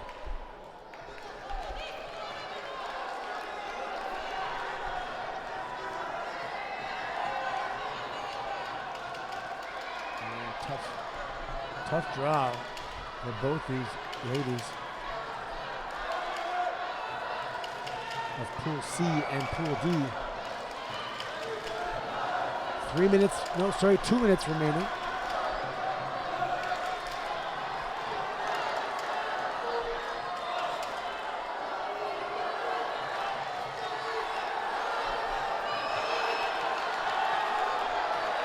Of course, Gilabea, I'm sure, has a lot of female French athletes to train with at the National Training Center. Some world champions, actually. Well, also in the kind of weight category that she's around, if she's doing plus 70. Oh, nice Ashiwaza. Yep, Wazari.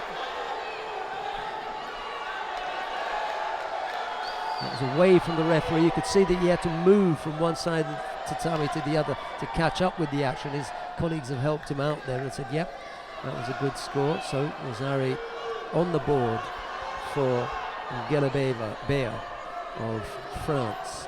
Yeah, she's just above 70 kilos. Obviously, the world champion at minus 78. Madeleine Malonga. Malonga is from France as well. There'll be a few in there as well. And then in the plus 78 kilo category, Roman Dicko and Fatoumata Mbairo of France, they're both up there as well. So lots of bodies.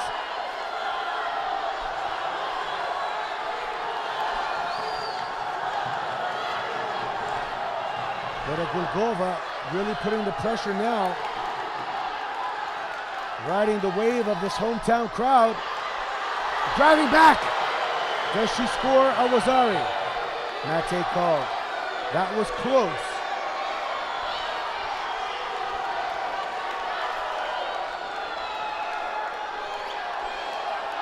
Referee telling the Kazakh coach to relax a little bit here. Peragulgova applying the pressure. 46 seconds remaining. She gets Not quite. Got Not the elbow quite. down. Good Ashiwaza again. Referee making the right call there. Yeah. The lower body turn, upper body did not touch. See how many French referees there are, all in white in the stands. They're all signalling Wazari. Not one of them's going to get a badge at the end of the day. That was better. Ooh, It was closer. That's close.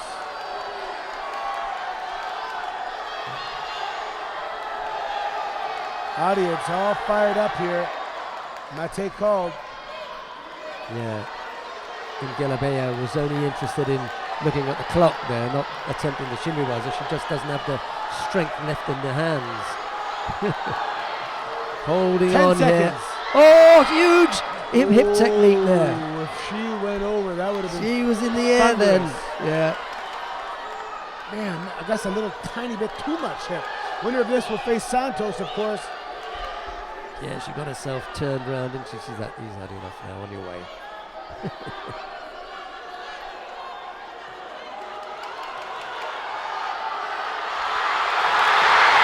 Yeah.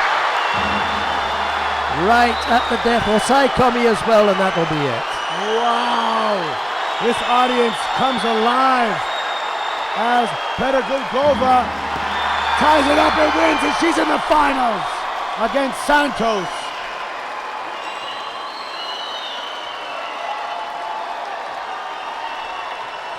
With no time left on the clock. Incredible effort. She did not give up. And the coach comes back. Maybe he was bad luck.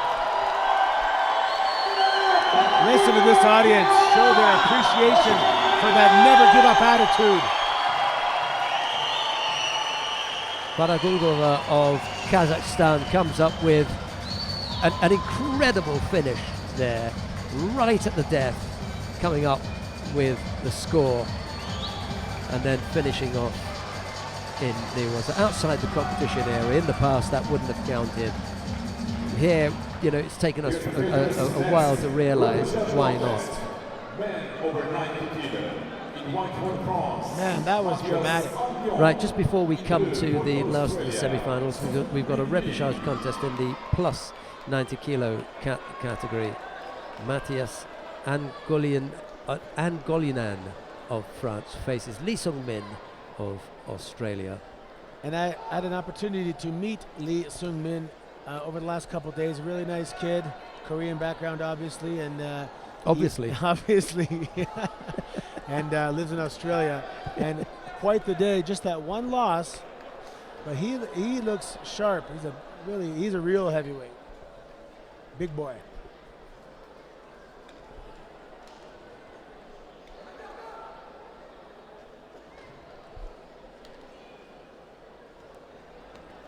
Ooh, man. He was strong. He just swung him around. Like he was putting on a backpack.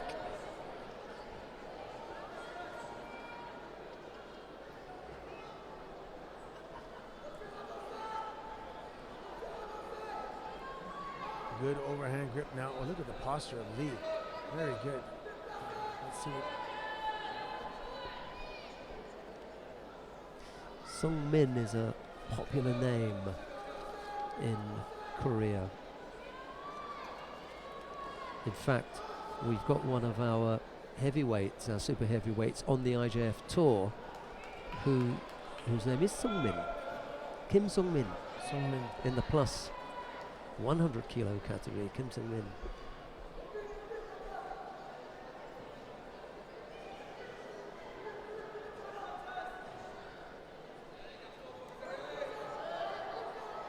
There you go, Kim Sung-min.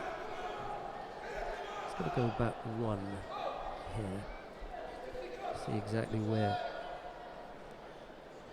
Top Shido. 20 fighter, Kim Sung-min, in the top 20 in the world, qualified for the Olympic Games. I think there's a second Korean as well. He's in qualified there. to the Olympic Games Yeah. as a cadet? No. I'm just saying that Oh, he's the got other- the same name. Same name, okay. Kim Min-jong is just outside the qualification points, but he's likely to be a threat in the lead up to the games, and who will qualify, well, it remains to be seen. He's on 2,320 points. His teammate is on 3,230, so he's got a couple of competitions to catch up. That's a lot of work to do, to be honest. Just pointing out that there was another one in the plus weight category with that name, Sung Min. Minute and a half now remaining. Wow.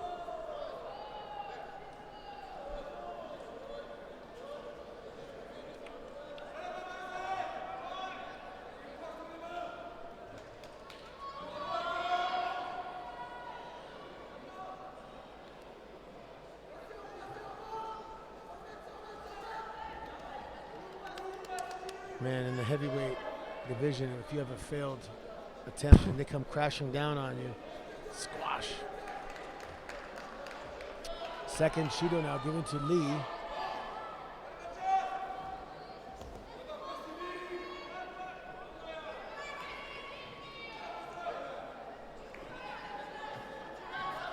Let's see if Anglionin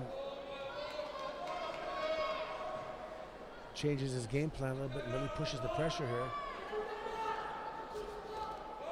Ooh, that was blocked. He went for it, but yeah, slightly lazy looking effort though, wasn't it, from Lee? Heavyweights love that Sode Makikomi. There he is. Wow. That was better. That was started off as a Uchimata, switched to Ochi and drove backwards. Slightly more energy involved in that one. Anglionin able to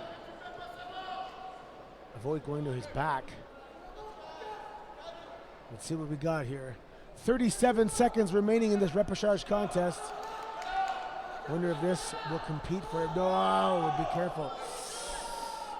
Oof, you cannot be gambling like that. There's May called. Lee was looking at the referee like, am I going to get a third Shido here? 19 seconds. That was a good attack.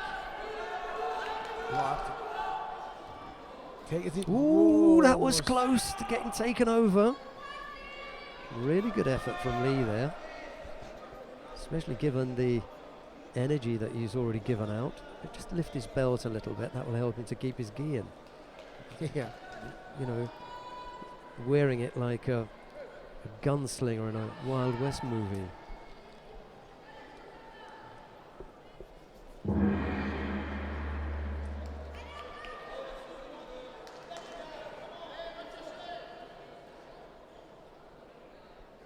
Golden score.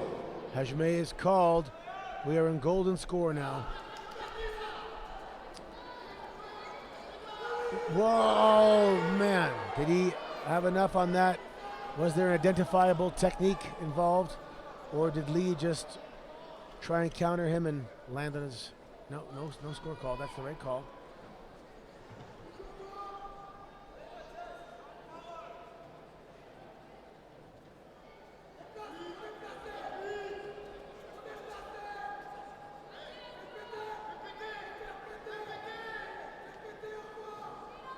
Solid grip now. Anglionin. Oh, I think we have an injury. Anglionin tapped. He was tapping on the ground like he is hurt. He is tapping, he is tapping. He is in big trouble here. Something happened.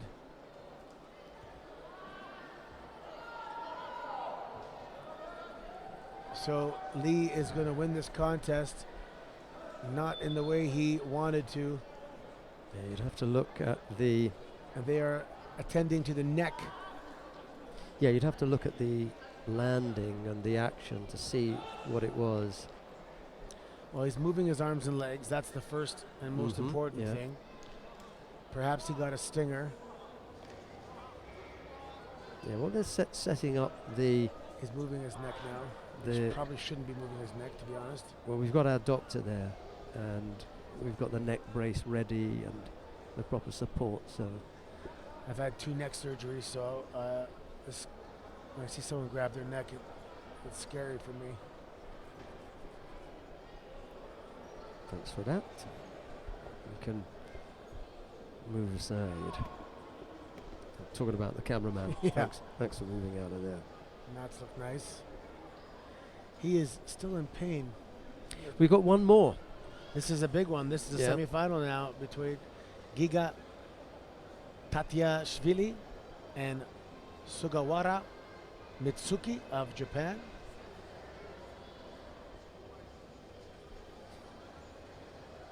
That's what we've got next for you. Paragulgova for me in the plus 70 kilo category, the Kazakh fighter, has been a bit of a revelation. Really happy for her. Mind you, she was seeded number 3, so it's not an unexpected situation that she's found herself in, albeit that she's, you know, in the final. He's actually in the final against Ana Santos. She was the number 3 seed. It's actually possible to have an all-Georgian final in the plus 90s. In the plus 90. Kamatashvili. He's already in there, that's right. If Tatiashvili can get past the Japanese, Sugawara, we shall see.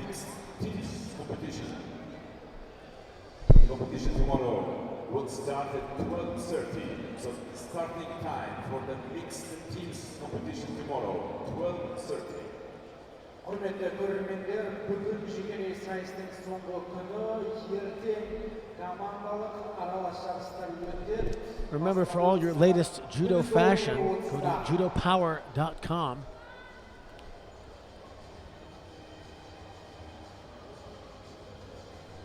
We have an injury here on mat number 3. We're just waiting. The medics you can't see from this particular angle, but As a precaution, they have just, you know, looked to do everything that they can to put him in the right position before they remove the, you know, remove him from the competition area and then take him for a scan or, you know, further examination. But it's the right thing to do, especially when it comes to a neck injury, you know, to make sure that every possible precaution is taken.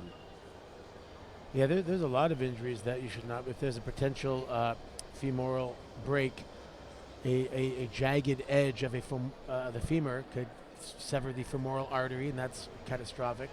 Of course, anything in the spine, if there's any fractures or bone fragments that go into the spinal cord, that is obviously catastrophic, obviously. So yeah, immobilization is key, and take the athlete to a place where he can be examined properly. That's why they're going to strap him down, so there is little to no movement during transport. Because, believe it or not, the actual greater injury can happen during that post-injury movement. My daughter recently bruised her spinal cord. That was a scary moment. In the summer, actually.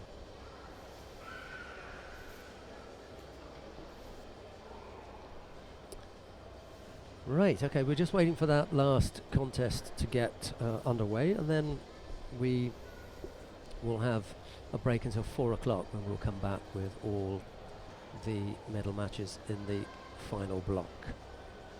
And of course we've got the team, of course. We've got the team event tomorrow. Obviously, clearly we'll be back tomorrow. So they're moving the athlete off, and the audience shows their support as they should. That's a scary moment. I can't stand seeing that stuff, because this when it's a neck injury has the potential to be a long, reoccurring injury that can prevent a career from continuing. Hopefully he can get back on his feet. Right, coming to the mat next, the last of the contest in this in the preliminaries, a semi-final in the plus 90 kilo category. Giga Tatiashvili of Georgia faces Sugawara Mitsuki of Japan. It will be Tatiashvili in the white judogi, Sugawara in blue.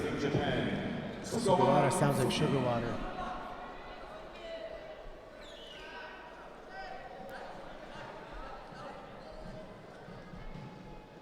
Here we go. These are two big, strong. Look at that. And it's interesting. In the hotel, when I saw Tatiashvili and Dematrashvili, I thought they both looked like heavyweights. I didn't think they had two athletes in this category, but they do. And the friends, and they may meet in the finals. We'll see what happens here. Sugawara, Tatiashvili. Semi-final action, plus 90 kilograms. Final contest of the opening block. Mate called. Sugawara is going to pick up a penalty for stepping out here. He was lucky to get away with that. Yeah. Because he used more of the area than he needed to. He didn't fancy where he was. He wanted to move away from the Georgian. He should have picked up a bit. And thank you very much. Yeah, he's going to get it. Sorry. You know. The Georgians are minus. Obviously, everyone's under 18 years old here. Yeah. But he looks like, if you told me his wife and kids were in the audience, I wouldn't doubt it. They look like men. Oh, time to attack if you put that second arm over. There's no time to set up and prepare. It's arm over and go immediately.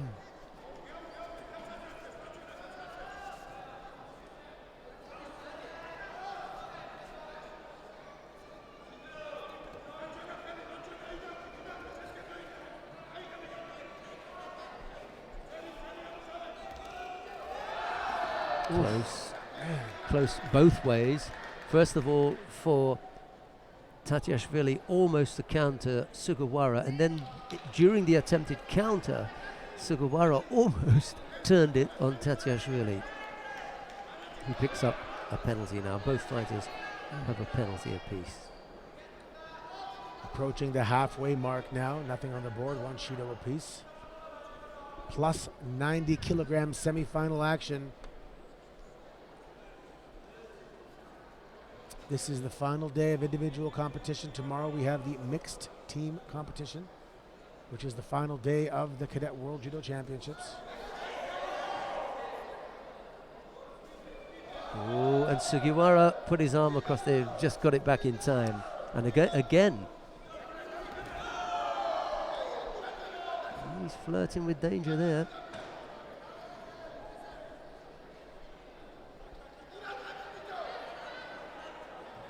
And they pause, indicating they would like to stand back up.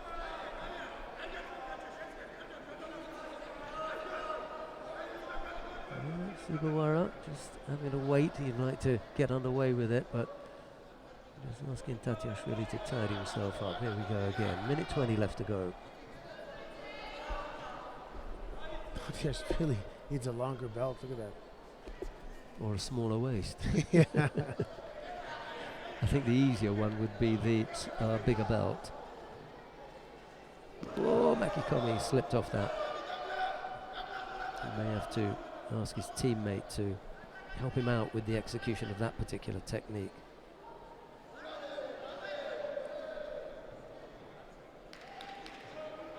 Dimitrashvili, the other Georgian, is pretty good at bringing off that technique.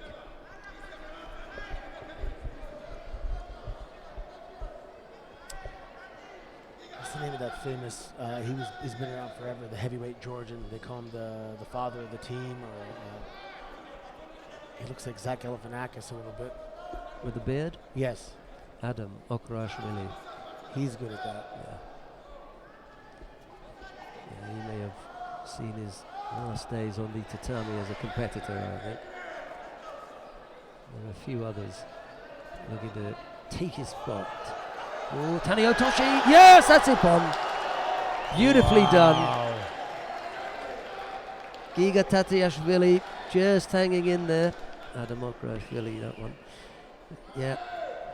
It's an Beautifully all done. Georgian final and plus 90 kilograms.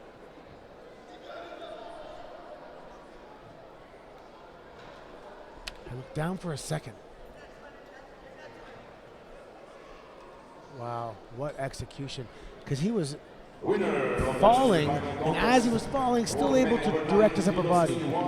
So here he's committed, and still able to turn his body. Wow. Well, you know, there are some techniques that belong to certain countries and certain weight categories, and you've got the combination there. That technique belongs, Taniotoshi belongs to the heavyweight Jordans. They absolutely love that. Right, let's have a recap then.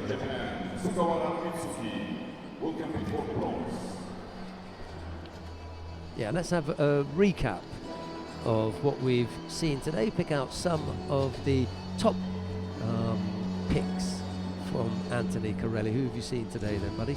Well, in the minus 90 kilogram final, we have Guzenov, who is just speeding up and getting up to really, you know, full speed as the tournament goes on.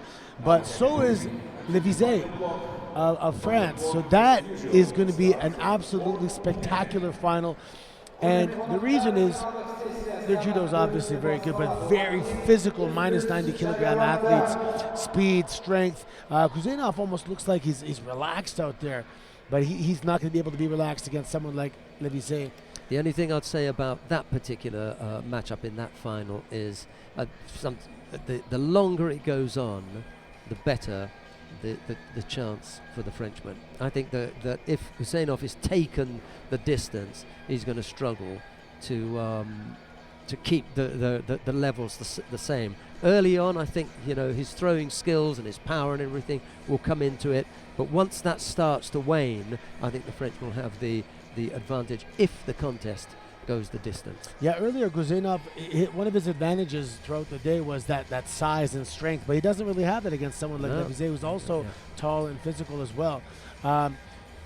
Just by the nature of where we were watching, I didn't have an opportunity to really watch a lot of minus 70 kilograms today, but plus 70 kilograms. What a final we're going to have here with the seemingly unstoppable Ana Santos of Brazil, and she's facing the hometown favorite of Baragulov of Kazakhstan, who, what an amazing comeback victory she had there at the end, and the crowd was going crazy. So that was really cool. Santos, I'm going to put my money on her if I was a betting person, but that hometown crowd, that intangible encouragement, you know, it's going to be present. That's going to be loud. It's going to be fun.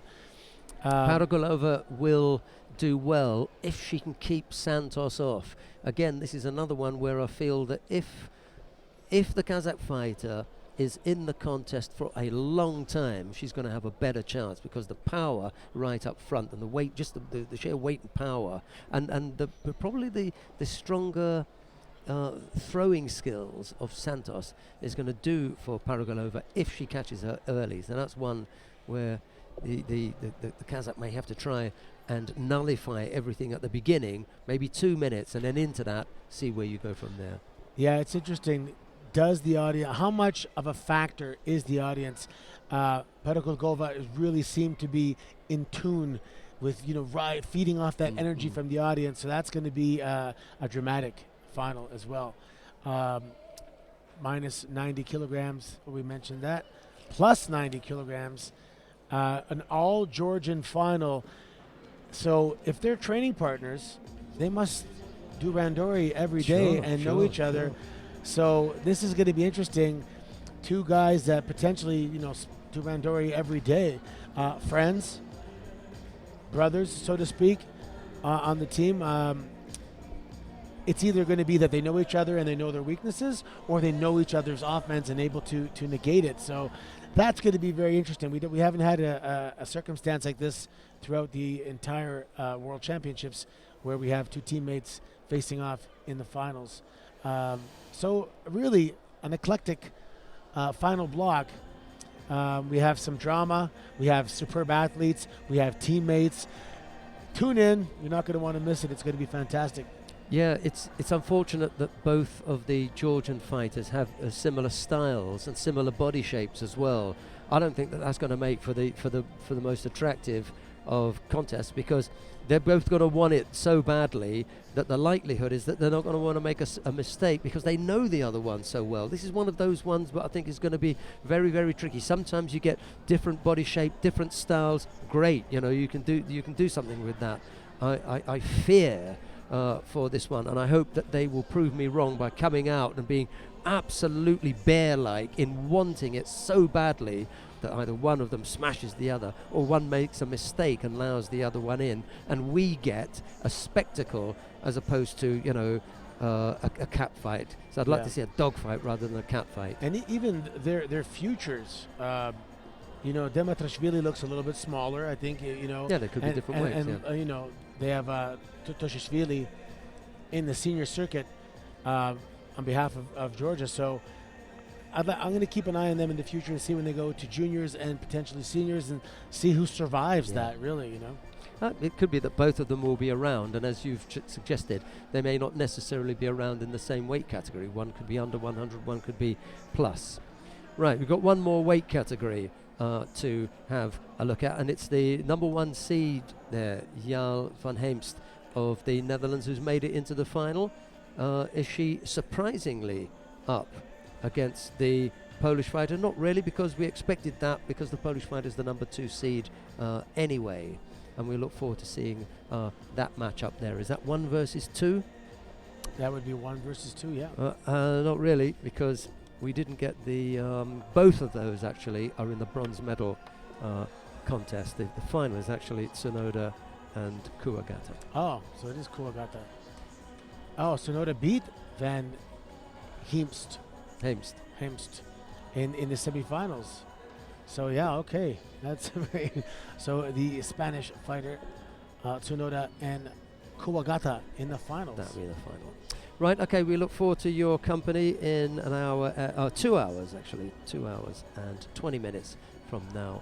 But from all the broadcast team here in Almaty, Anthony Corelli and myself, it's bye-bye for now.